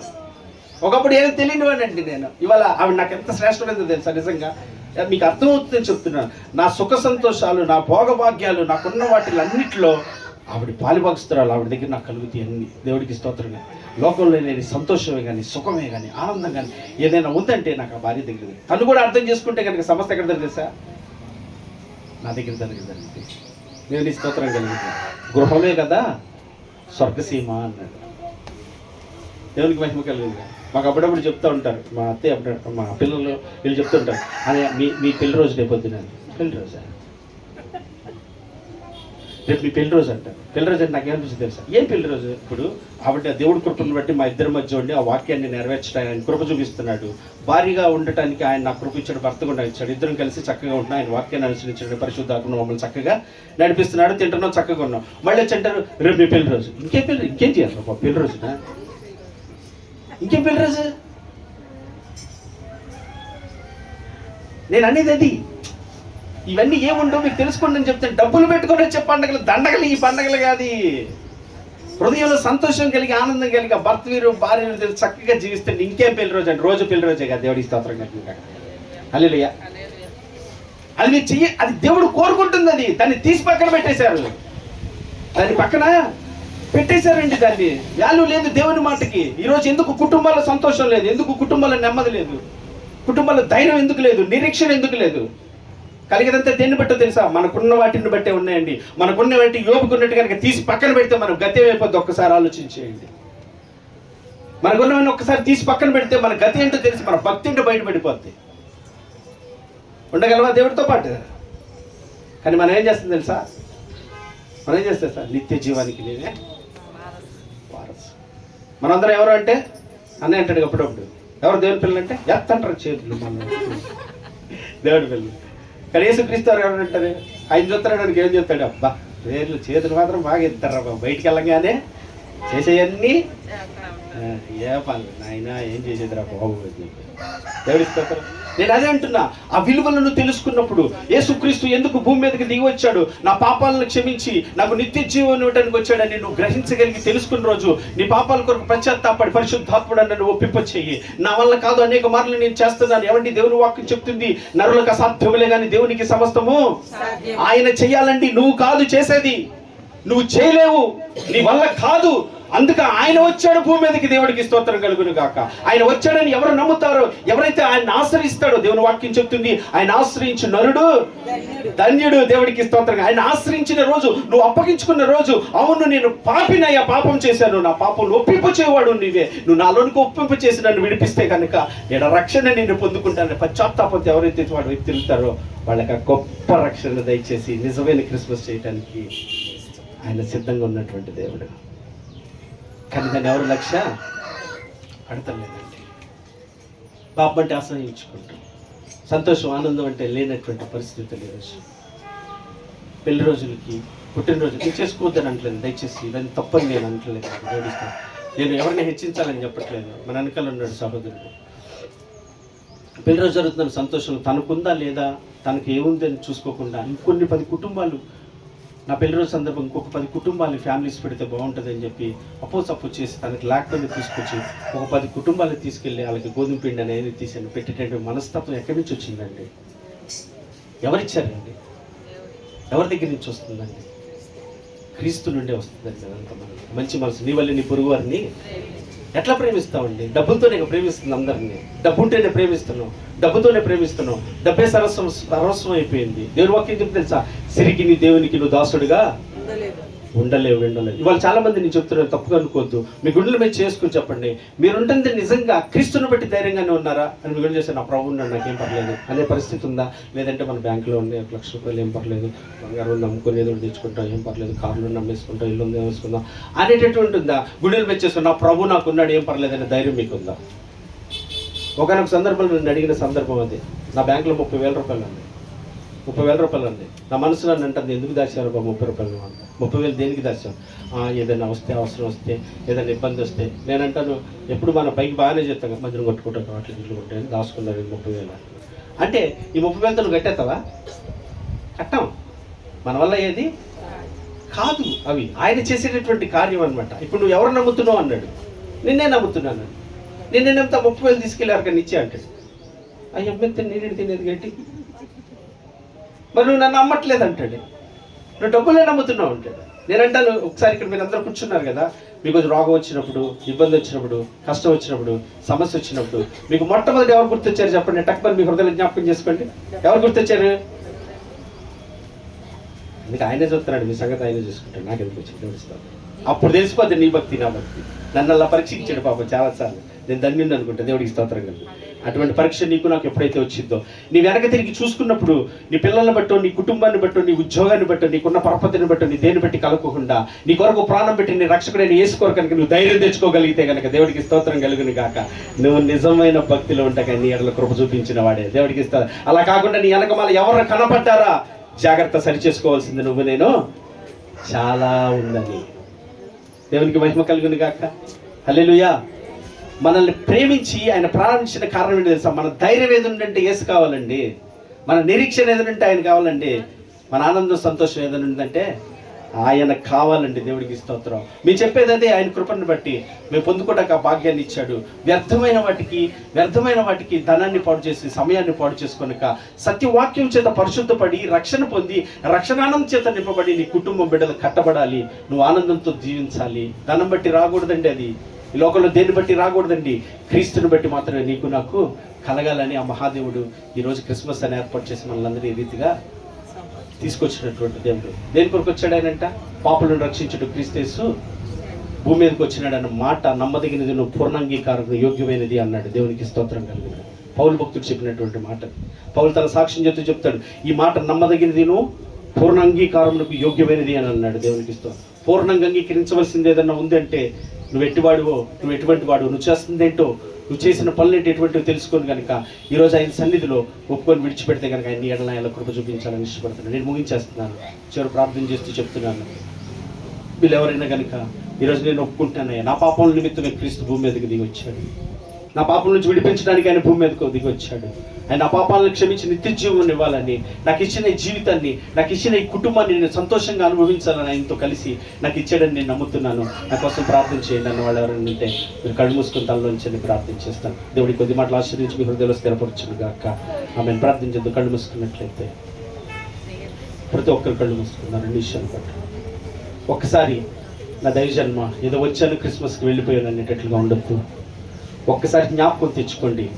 ఆ కల్వరిశిలో నీ కొరకు ఎటువంటి ప్రేమను చూపించాడు, ఎంతగా ప్రేమను తృణీకరిస్తున్నావో, ఆ ప్రేమను ఎంతగా నెట్టేస్తున్నావో, ఆ ప్రేమ నుంచి ఎంతగా తొలగిపోతున్నావో, ఆ ప్రేమ నుంచి అగాధ పాతాళానికి ఎక్కడి దాకా వెళ్ళిపోయావో, ఎలాంటి స్థితిలో ఉన్నావో, ఎలాంటి పరిస్థితిలో ఉన్నావో, ఎటువంటి బంధకాల్లో ఉన్నావో, ఎటువంటి బలహీనతల మధ్య ఉన్నావో, ఏం చేస్తున్నావో ఒక్కసారి జ్ఞాపకం చేసుకో. దేవుడి సన్నిధిలో ఆయన నిన్ను ప్రేమిస్తున్నాడు.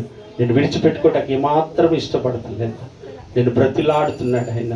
నా కుమారుడా, నా కుమార్తె, నీ కొరకే నా సమస్తమును బలిగా అర్పించుకున్నాను. ఈరోజు నువ్వు నా మాట వింటావా? నా తట్టు తిరుగుతావా? ఇగో ఆయన ఎదురు చూస్తున్నాడు. అయ్యా పరిశుద్ధాత్ముడా, ఆత్మకార్యమును జరిగించు దేవా. పరిశుద్ధాత్ముడా, పాపమును గురించి నీతిని గురించి ఒప్పింపచేయవాడు తండ్రి, బిడ్డలు దర్శించండి, బిడ్డలు ఒప్పింపచేయండి. ఇగో ప్రార్థన చేద్దాం. మన మధ్యలో రోజు ప్రార్థన చేస్తుంది, ఏకమించి ప్రార్థన చేద్దాం ప్రతి ఒక్కరు. ఇది మీకు అనుకూల సమయం, గల రక్షణ దినం, క్రిస్మస్. ఆయన పాపాల నుంచి విడిపించడానికి వచ్చాడు. నువ్వు శరీరధారిగా ఉన్నటువంటి ఆయన రక్తమాంసంలో గలవాడు వచ్చి నీకు బదులుగా ఆయన కల్వరిశిలో ప్రాణం పెట్టాడని నువ్వు నమ్మి విశ్వసించి ప్రార్థన చేస్తేనే ఇది ఏ రక్షణ దినం నీకు. ఈ రోజున ప్రార్థన చేద్దాం ప్రతి ఒక్కరు.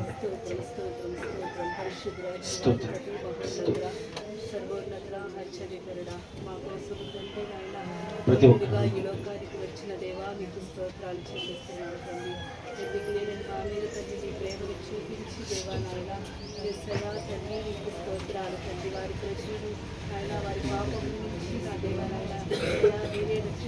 వాగ్దానం చేసి లోకానికి వచ్చిన దేవానికి వందనాలు తండ్రి. మీకు స్తోత్రాలు చెల్లిస్తున్నాం దేవా నాయన. అయా నాయన, మీరు నాయన మీ సమయంలో తండ్రి నాయన మీరు మాతో మాట్లాడిన బట్టి తండ్రి నాయన నీకు వందనాలు చెల్లిస్తున్నాం తండ్రి నాయన. నిజంగా ప్రభా నాయన, అయా తండ్రి మీ కృపను బట్టే మేము క్షేమంగా ఉన్నాం, మీ కృపను బట్టే సమస్తమును కలిగి ఉన్నాం దేవా. మీ కృపను బట్టే నాయన అత్యుత్తమమైన తండ్రి మీ రక్షణ మార్గాన్ని తండ్రి నాయన మీ రక్షణ మాకు అందించి దేవా నీకు స్తోత్రాలు. అయా నీలో జీవించటానికి తండ్రి, నీలో విశ్వాసంగా బ్రతకటానికి తండ్రి నాయన, అయా ఆ రాజ్యము కోసం మేము ఎదురు చూడటానికి నాయన, అయా మీరు మాకు ఇచ్చిన తండ్రి విశ్వాసమును బట్టి మీకు వందనాలు చెల్లిస్తున్నాను దేవా నీకు స్తోత్రాలు. తండ్రి నీకు వందనాలు దేవా నాయన. మీరయ్యా తండ్రి నాయన ఈ లోకానికి తండ్రి కన్యమరి గర్భమునందు నా తండ్రి నాయన, అయా తండ్రి నాయన పరిశుద్ధాత్మ దేవుడుగా జన్మించిన దేవా నీకు స్తోత్రాలు తండ్రి నాయన. మానవులు వారి పాపం నుంచి నాయన తండ్రి నాయన, అయా వారి నా తండ్రి నాయన అయా ఈ బంధకార నాయన అంధకార బందర లోకములో తండ్రి నాయన యేసయ్యా నీకు స్తోత్రం. ఈ చీకటిలో నుంచి నాయన అయా సత్య మార్గంలో నీకు నడిపించటానికి తండ్రి, అయా తండ్రి నాయన మీరు ఉద్భవించిన విధానానికి మీకు స్తోత్రాలు. నిజంగా ప్రభా ఈ దినము కాదు నాయన, ప్రతి దినము ఈ సన్నిధిలో తండ్రి నాయన అయా నీలో ఆనందించి నాయన మీ నామమును నాయన గణపరిచిన దేవా నీకు స్తోత్రం. నీ రాకడ కోసం ఎదురు చూసే వారుగా మమ్మల్ని అందరినీ సిద్ధపరచండి నా దేవా నీకు స్తోత్రాలు. దేవా నీకు వందనాలు. అయా మీరు ఇచ్చిన రక్షణను తండ్రి కడ వరకు కాపాడుకునే స్థితి మా అందరికీ మీరు అనుగ్రహింపచేయండి దేవా నాయన. నీ సన్నిధిలో తండ్రి రాబో కాలంలో ఎటువంటి శ్రమలైనా వేదనైనా శోధనైనా తండ్రి నాయన అయా తండ్రి సువార్తనైనా ఇంకా నాయన తండ్రి నాయన అయా నాయన వినిపించిన స్థితిలోకి రాబోతుందిగా తండ్రి లోకము దేవా. అయా ఆ దినాలలో కూడా తండ్రి నాయన మేము మిమ్మల్ని విడిచిపెట్టక తండ్రి నీకు స్తోత్రాలు తండ్రి. కడ వరకు మా జీవితాలను తండ్రి మీకు సమర్పించుకునే వారముగా, అనేక నీ సన్నిధికి నడిపించే వారముగా దేవా నీకు స్తోత్రాలు. మీ దాసులు నిలబెట్టి మీరు మాట్లాడారయ్యా నీకు వందనాలు. నిజమే మేము పాపంలో ఉన్నప్పుడు మా దగ్గరకు వచ్చి తండ్రి నీకు స్తోత్రాలు. మమ్మల్ని లేవనెత్తిన పరిశుద్ధులు అయ్యా నీకు స్తోత్రాలు. అయ్యా తండ్రి మనుషులైతే మాకున్న ధనాన్ని బట్టి, మాకున్న వికారములు బట్టి తండ్రి, మాకున్న సర్వ సంపదలు బట్టి మమ్మల్ని ప్రేమిస్తారేమో కానీ దేవా మీరైతే తండ్రి నాయన అయ్యా తండ్రి నాయన నీకు స్తోత్రాలు తండ్రి. మమ్మల్ని తండ్రి ఉచితముగా తండ్రి నాయన ఆదరించి ప్రేమిస్తున్న దేవుడు అయ్యా. ఎవరు చూపని ప్రేమతో నాయన కనికరిస్తున్న దేవుడు నాయనా నీకు వందనాలు చెల్లిస్తున్నాను తండ్రి. అయ్యా నాయన నిజంగా మీరు ఆశలు మీరు పిలుచుకుని తండ్రి నీకు వందనాలు. ఇక్కడ సువార్త ప్రకటించడానికి దేవా అనేకల్ని రక్షణ మార్గంలో నడిపించడానికి ఒక వారధిగా నిలబెడుతున్నందుకు మీకు వందనాలు అయ్యా. నీకు స్తోత్రాలు చెల్లిస్తున్నాను తండ్రి నాయన. మీరు నమ్మదగిన దేవుడు తండ్రి నాయన. నీకు స్తోత్రాలు తండ్రి నాయన. ఈ దినము లోకమంతా నా తండ్రి క్రిస్మస్ జరుపుకుంటుంది. కానీ మీరు ఆశలు చెప్పినట్లు అయ్యా మేము మిమ్మల్ని ఎరిగి ఉంటే ప్రతిదినము క్రిస్మస్ తండ్రి. ఆ దిశలో మమ్మల్ని నడిపించండి దేవా. అయ్యా నీకు వందనాలు తండ్రి. మా ప్రవక్తల తండ్రి నాయన ఆ బిడ్డలకు మాదిరిగా ఉండాలి. మా జీవితాలు వారికి మాదిరిగా ఉండాలి. మా మాట తీరు వారికి మాదిరిగా ఉండాలి దేవా నాయన. వారిని మేము నీ సన్నిధికి నడిపించే వారిగా మమ్మల్ని ఉంచండి దేవా. నీకు స్తోత్రాలు చెల్లిస్తూ ఉన్నాను దేవా. నీకు వందనాలు వందనాలు. నిజమే అన్యులు తండ్రి నాయన అయ్యా అన్ని ఎరిగి ఉండే తండ్రి నాయన. ఏసయ్యా అయ్యా తండ్రి నాయన ప్రతి మాట నాయన తండ్రి నాయన విగ్రహారాధన చేసేటప్పుడు తండ్రి నాయన అయ్యా మిమ్మల్ని స్తుతిస్తారు. కానీ వారు తండ్రి నాయన ఆలోచన చేసేది ఏమిటంటే దేవుడు ఎవ్వరూ లేరు తండ్రి నాయన. ఏసయ్యా ఈ లోకంలో ఉన్న వాళ్ళ గొప్ప వాళ్ళని తండ్రి అపోహపడుతున్నా తండ్రి నేను వారిని ఆరాధిస్తున్నాను నాయన. నిజమైన దేవుడు నీవే, నీవొక్కడవే దేవుడు. నీకు మాత్రమే మహిమ కలగాలి దేవా. నీకు స్తోత్రాలు అయ్యా నాయన. మీకు చెందవలసిన మహిమ తండ్రి, మీకు చెందవలసిన తండ్రి నాయన. ఎస్సయ్యా నీకు స్తోత్రాలు. ఆరాధన ఎవరికి నాయన చెందకూడదు దేవా. అయ్యా నాయన నీకు స్తోత్రాలు. అయ్యా నాయన నీ అధికారము చొప్పున తండ్రి నాయన మమ్మల్ని అందరినీ బలపరచండి దేవా. అయ్యా నీ క్షేమ స్థితిలోనికి మమ్మల్ని నడిపించండి దేవా. నీకు స్తోత్రాలు తండ్రి నాయన. నీకు వందనాలు చెల్లిస్తున్నాం. ఈ దినమును బట్టి మీకు స్తోత్రాలు. సంఘమును సహవాసమును మీరు దీవించండి దేవా. అయ్యా ఈ మందిరం ఇంత నాయన చక్కగా నాయన మీరు నిర్మించి ఇచ్చినందుకే మీకు స్తోత్రాలు దేవా. నిజంగా ప్రభా ఏ పాటి వారు అయ్యా తండ్రి నాయన మీరు మా మీద ప్రేమ చూపిస్తున్నందుకు నీకు స్తోత్రాలు. నిజమే తండ్రి నాయన. అయ్యా తండ్రి నీకు వందనాలు నాయనా. నాయన నీకు స్తోత్రాలు చెల్లిస్తున్నాం. ఈ మందిర నిర్మాణం కోసం నాయన మీరు నా తండ్రి నాయన ఎప్పుడో తండ్రి ప్రణాళిక వేసి ఉంచారు. కాబట్టి ఈ దినాన తండ్రి నాయన ఎన్ని ఆటంకులు ఎన్ని అడ్డంకులు వచ్చినప్పటికీ తండ్రి నాయన మీరు ఆస్తులు ఇక్కడ నిలవబెట్టిన దేవా నీకు స్తోత్రాలు. మీ పరిచరణ జరిగిస్తున్నారు. అందరూ బట్టి వందనాలయ్యా నాయన. నీకు స్తోత్రాలు తండ్రి నాయన. పర్వతాలు తొలగిపోయిన మెట్టలు సత్తరలిన నీ కృప విడిచిపోదయ్యా. అందరూ విడిచిపెట్టినని విడువని దేవుడు వేస్తాయా. నీకు స్తోత్రాలు తండ్రి. ఊరికి నేను నిలిచిపెట్టమన్నావు తండ్రి నాయన. నీకు స్తోత్రాలయ్యా. నీ దాసులు నిలబెట్టిన విధానానికి వందనాలు వందనాలు ప్రభు. నీకు స్తోత్రాలు తండ్రి. ఇక్కడ నాయన ప్రతిదినము నాయన అయ్యా వాక్కు వినబడటానికి తండ్రి అనేకులు మార్పు చెందటానికి నాయన ఎస్సయ్య రాబోవు కాలములో ఇంకాను తండ్రి నాయన అయ్యా నూరంతులుగా సేవను విస్తరింప చేయమని మిమ్మల్ని వేడుకొని ఉన్నాను తండ్రి. అలనాడు ఇస్సాకురుడు తండ్రి అయినా ఎస్సయ్య అయ్యా తండ్రి యాకోబు సంతానమంతా బ్రతకటానికి నాయన ముందుగా పంపించారు దేవా. ఆ విధంగా తండ్రి నాయన ఈ చుట్టుపక్కల ఎందరైతే నేను పాపంలో శాపంలో ఉన్నారు వారందరినీ విడిపించడానికి దేవా నాయన నీకు స్తోత్రాలు. అయ్యా మీ సేవ నిరంతరాయంగా జరగాలి దేవా. మీ మాట వినబడాలి తండ్రి నేను అనేక సాక్ష్యాల ద్వారా అయ్యా మీరు మా జీవితాలలో తండ్రి నెరవేర్చిన ప్రతి నాయన అయా పని విషయంలో తండ్రి నాయన అయా సాక్షార్థముగా ఉండునట్లుగా ఈ సేవను మీరు దీవించి ఆశీర్వదించండి దేవా. నీకు స్తోత్రాలు తండ్రి. అయ్యా నేను వచ్చిన ప్రతి ఒక్క బిడ్డను బట్టి మీకు వందనాలు చెల్లిస్తున్నాం తండ్రి. మహోన్నతరానికి మరి ఒకసారి కృతజ్ఞతాస్తుతులు స్తోత్రాలు చెల్లిస్తున్నాం. మా కోసం జన్మించి నాయన మరణించి మరలా మా కోసం తిరిగి రానయ్యున్న మా దేవానికి వందనాలు చెల్లిస్తున్నాం. మీరు అక్కడి కోసం మమ్మల్ని సిద్ధపరిచి బలపరిచి నాయన మీ కృపలో నాయన మమ్మల్ని నిలిపి నాయన మీ సేవ నిమిత్తము తండ్రి నాయన మీ పరిచర్య నిమిత్తము నిమిత్తమునైనా అయా తండ్రి మీ దాసుని కుటుంబాన్ని తండ్రి సంఘముని సహవాసుని మీరు వాడుకుని బలపరిచిన ఆయన అయా మీరే మహిమ ఘనత ప్రభావం పొంది వాడుకునమని ఈ చిన్నమని పాద సన్నిధికి చేర్చుకునమని యేసుక్రీస్తు వారి అతి పరిశుద్ధమైన నామమున అడిగి వేడుకొని చిన్నాము నా తండ్రి ఆమేన్. చదువు హల్లెలూయా. ఇలా నాకెవ్వరు లేరను కొనగా నాదరి చేరితివే, నేనమ్మిన వారే నన్ను మరచినను మరువని దేవుడవు. ఇలా నాకెవ్వరు లేరను కొనగా నాదరి చేరితివే, నేనమ్మిన వారే నన్ను మరచినను మరువని దేవుడవు. నీ ఆశలే నాలో చిగురించెను, నీ వాక్యమే నన్ను బ్రతికించెను. నీ ఆశలే నాలో చిగురించెను, నీ వాక్యమే నన్ను బ్రతికించెను. నీ అనుబంధము నాకానందమే, నీ అనుబంధము నాకానందమే. పాడేద స్తుతి గానము కొనియాడేద నీ నామము, పాడేద స్తుతి గానము కొనియాడేద నీ నామము. నీవే నా ప్రేమనురాగం, క్షణమైనా విడువని స్నేహం.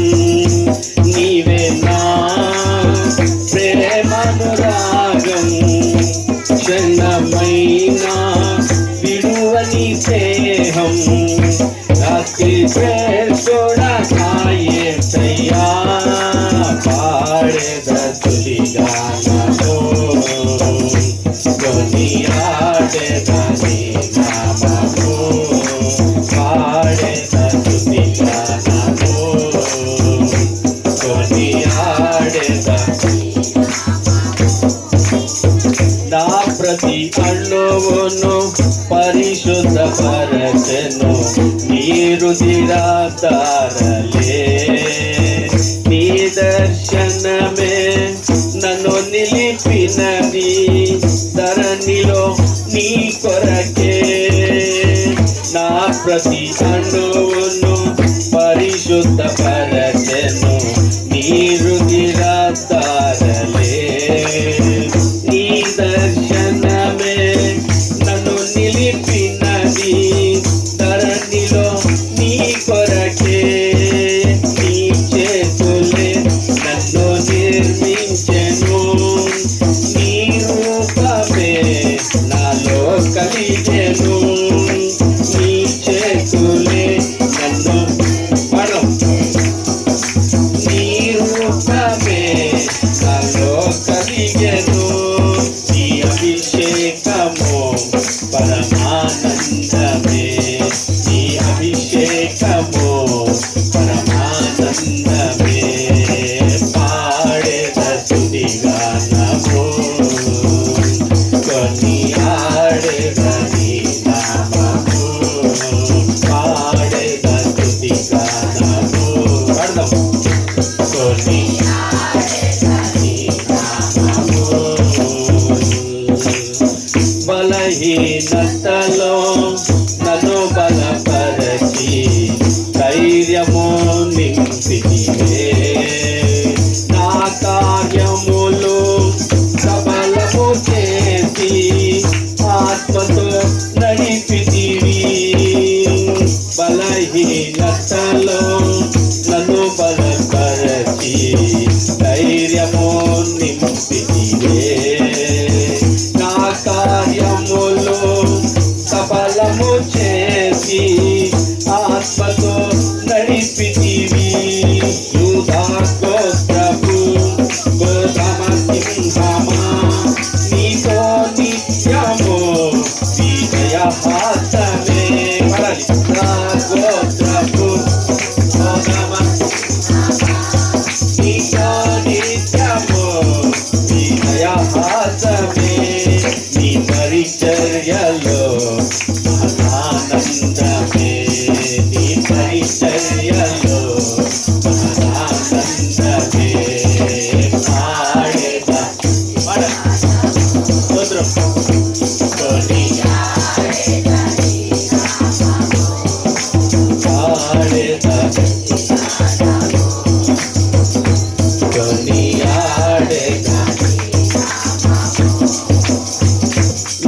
నీవే నా ప్రేమానురాగం క్షణమైనా విడువని స్నేహం నీవే నా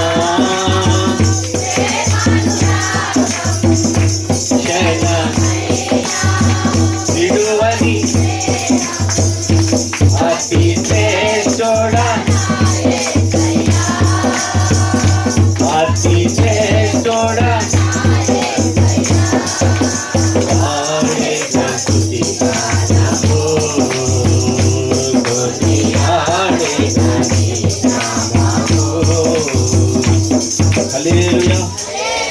ప్రవేశనామానికి మహిమ కలుగును గాక. ముగింపు ప్రార్థన చేసుకొని ఆశీర్వాదంతో మనం ఇందులో ప్రవేశిద్దాం. కళ్ళు మూసుకొని పనులు వచ్చినట్లయితే ముగింపు ప్రార్థన. మహోన్నతుడోగు దేవ, జీవాధిపతి, సర్వ సృష్టికర్త నా తండ్రి యెహోవా నీ ప్రియకుమారుడు నా తండ్రి యేసుక్రీస్తు నాయన మీకు లెక్కలేని వందనాలు స్తుతులు స్తోత్రాలు చెల్లిస్తున్నాను నాయన. మేమేమై ఉన్నాం అది మీ కృప, మేమున్నో కూడా మీ కృపే. నేటి వరకు మమ్మల్ని బ్రతికించింది, మమ్మల్ని నడిపించింది నీ కృపే నాయన.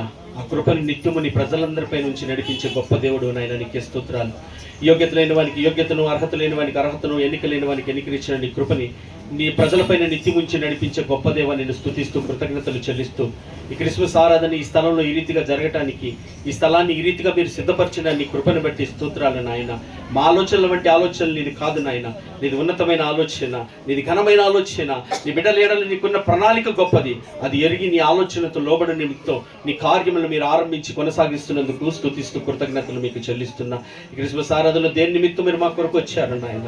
ఎన్నికలేని వాడినే, అయోగ్యుడిని, నాకేం మంచి లేదు నిలబడటానికి, మాట్లాడుటకు నేను అర్హుడును కానని ఒప్పుకుంటున్నా. నీ కృపని బట్టి, నీ ప్రేమను బట్టి మాత్రమే నిలబడుతున్నాను నాయన. విద్యావంతుడునో, బలవంతుడునో, జ్ఞానవంతుడునని కాదు, నీ ప్రేమ బలవంతం చేసింది కనుక నేను నిలబడ్డాను. అందును బట్టి కృతజ్ఞతలు చెల్లిస్తాను. నా పాపాలు క్షమించి నాయన, గొప్ప రక్షణ ఆనందాన్నిచ్చి నీ రక్షణ నీ ప్రజలందరూ పొందుకోవాలి నా తండ్రి. ఆ చెప్పనసంఖ్యగా నీ మహిమానందాన్ని నీ ప్రజలందరూ పొందుకున్నట్లుగా అయా వారి ప్రజలను వారి పాపం నుంచి ఆయనే విడిపించును గనక ఆయనకి యేసు అని పేరు పెట్టబడింది నా తండ్రి. నా రక్షక, నీ వచ్చినటువంటి ఆ కార్యమును నీ ప్రజల జీవితాల్లో నెరవేర్చబడటానికి సహాయం చేయి. ఈ నామకార్థం స్థితి, పండగాచారం భక్తుల నుంచి విడిపించమని ప్రార్థిస్తున్నాను నాయన. సత్యం నీ ప్రజలు తెలుసుకున్నట్లుగా గ్రహించి ఆచరించే కృప బిడ్డలకి దయచేయండి నా తండ్రి నాయన. అయా నీకే వందనాలు. బిడ్డలున్న స్థితిగతులు, పరిస్థితులు మీకు తెలుసు. రేపేమి సంభవించిందో నీకు తెలియదు. సమయం ఉండగానే సద్వినియోగపరుచుకుంటున్నావు నా తండ్రి నాయన. ఏమైద్దులే అంటున్నాయన తెలియక నా తండ్రి జారిపోతున్నారేమో. అయా వారిని బలపరచు పరిశుద్ధాత్ముడా. అయా నా ఎడల కృప చూపించిన మా తండ్రి, మా ఎడల కృప చూపించిన వాడా, పాపమును గురించి ఒప్పింపచేయి నా తండ్రి. వారి పాప దోషం నుంచి విడిపించిన ఆయన, వారిని పరిశుద్ధపరిచి నీ వాక్యమును అనుసరించి నడిచి దానిలో ఉన్న గొప్ప ఆనందం అయ్యా, సంతోషం అది లోకంలో దేనిని బట్టి రాదయ్యా. మా కొరకు ఆ కలవరి శిలలో నలిగిపోయి ప్రాణం పెట్టి మా కొరకు సజీవుడిగా తిరిగి లేచిన నీ ప్రేమను బట్టి గొప్ప ఆనందం ఉంది, గొప్ప సంతోషం ఉంది. అది ఊహించలేనయ్యా, వర్ణించలేనయ్యా. మాటలకందదు, ఊహలకందదు, వర్ణనకందని ప్రేమని ప్రజలందరూ పొందుకోవటానికి సహాయం చేయమని నాయన ప్రార్థిస్తున్నాను నాయన. ఆరాధన పాలు పొందిన ప్రతి బిడ్డని, కుటుంబాన్ని పాదాలు చెంద పెడుతున్నాను. ఆయా కుటుంబాల్లో నా తండ్రి రక్షణానందాన్ని బిడ్డలకి దయచేయండి. నీ రక్షణను వారి తుది వరకు కొనసాగించుకునే కృప దయచేయండి. నీ వాక్యాన్ని అనుసరించి నడిచే జీవితాలు దయచేయండి. ఎలాగ ఉన్నాము, ఏమై ఉన్నాము, ఏం చేస్తున్నాం జాగ్రత్తగా తెలుసుకుంటాకి నాయన నీ కృప బిడ్డలకి దయచేయమని ప్రార్థన చేస్తున్నా. ఇంకెవరైతే రక్షణ పొందలేదో నాయన వారందరి కొరకు ప్రార్థన చేస్తున్నాను నాయన. అయా కృపతో కనికరించండి, వారిని క్షమించండి, వారిని మన్నించండి, వారిని విడిపించండి. అయా నిన్ను సొంత రక్షకుడికి అంగీకరించే భాగ్యం వారికి దయచేయండి. అయ్యా అటు వారు మా కుటుంబాల్లో ఉన్నారయ్యా, మా బిడ్డల్లో ఉన్నారయ్యా. అయా అయా అయా ఈ సంఘంలో ఉన్నారు నా తండ్రి నాయన. మా రక్త సంబంధులు, బంధుమిత్రులు, స్నేహితులు, ఇరుగు పొరుగు వారు, ఈ ప్రాంత ప్రజలెందరో ఉన్నారు దేవా. కనికరించి నీ రక్షణ కార్యాన్ని జయ చేయండి. ఇదిగో నేను త్వరగా వచ్చుచున్నాను అంటున్నావు. ఏ గడియో ఏ సమయమో తెలియదు నా తండ్రి నాయన.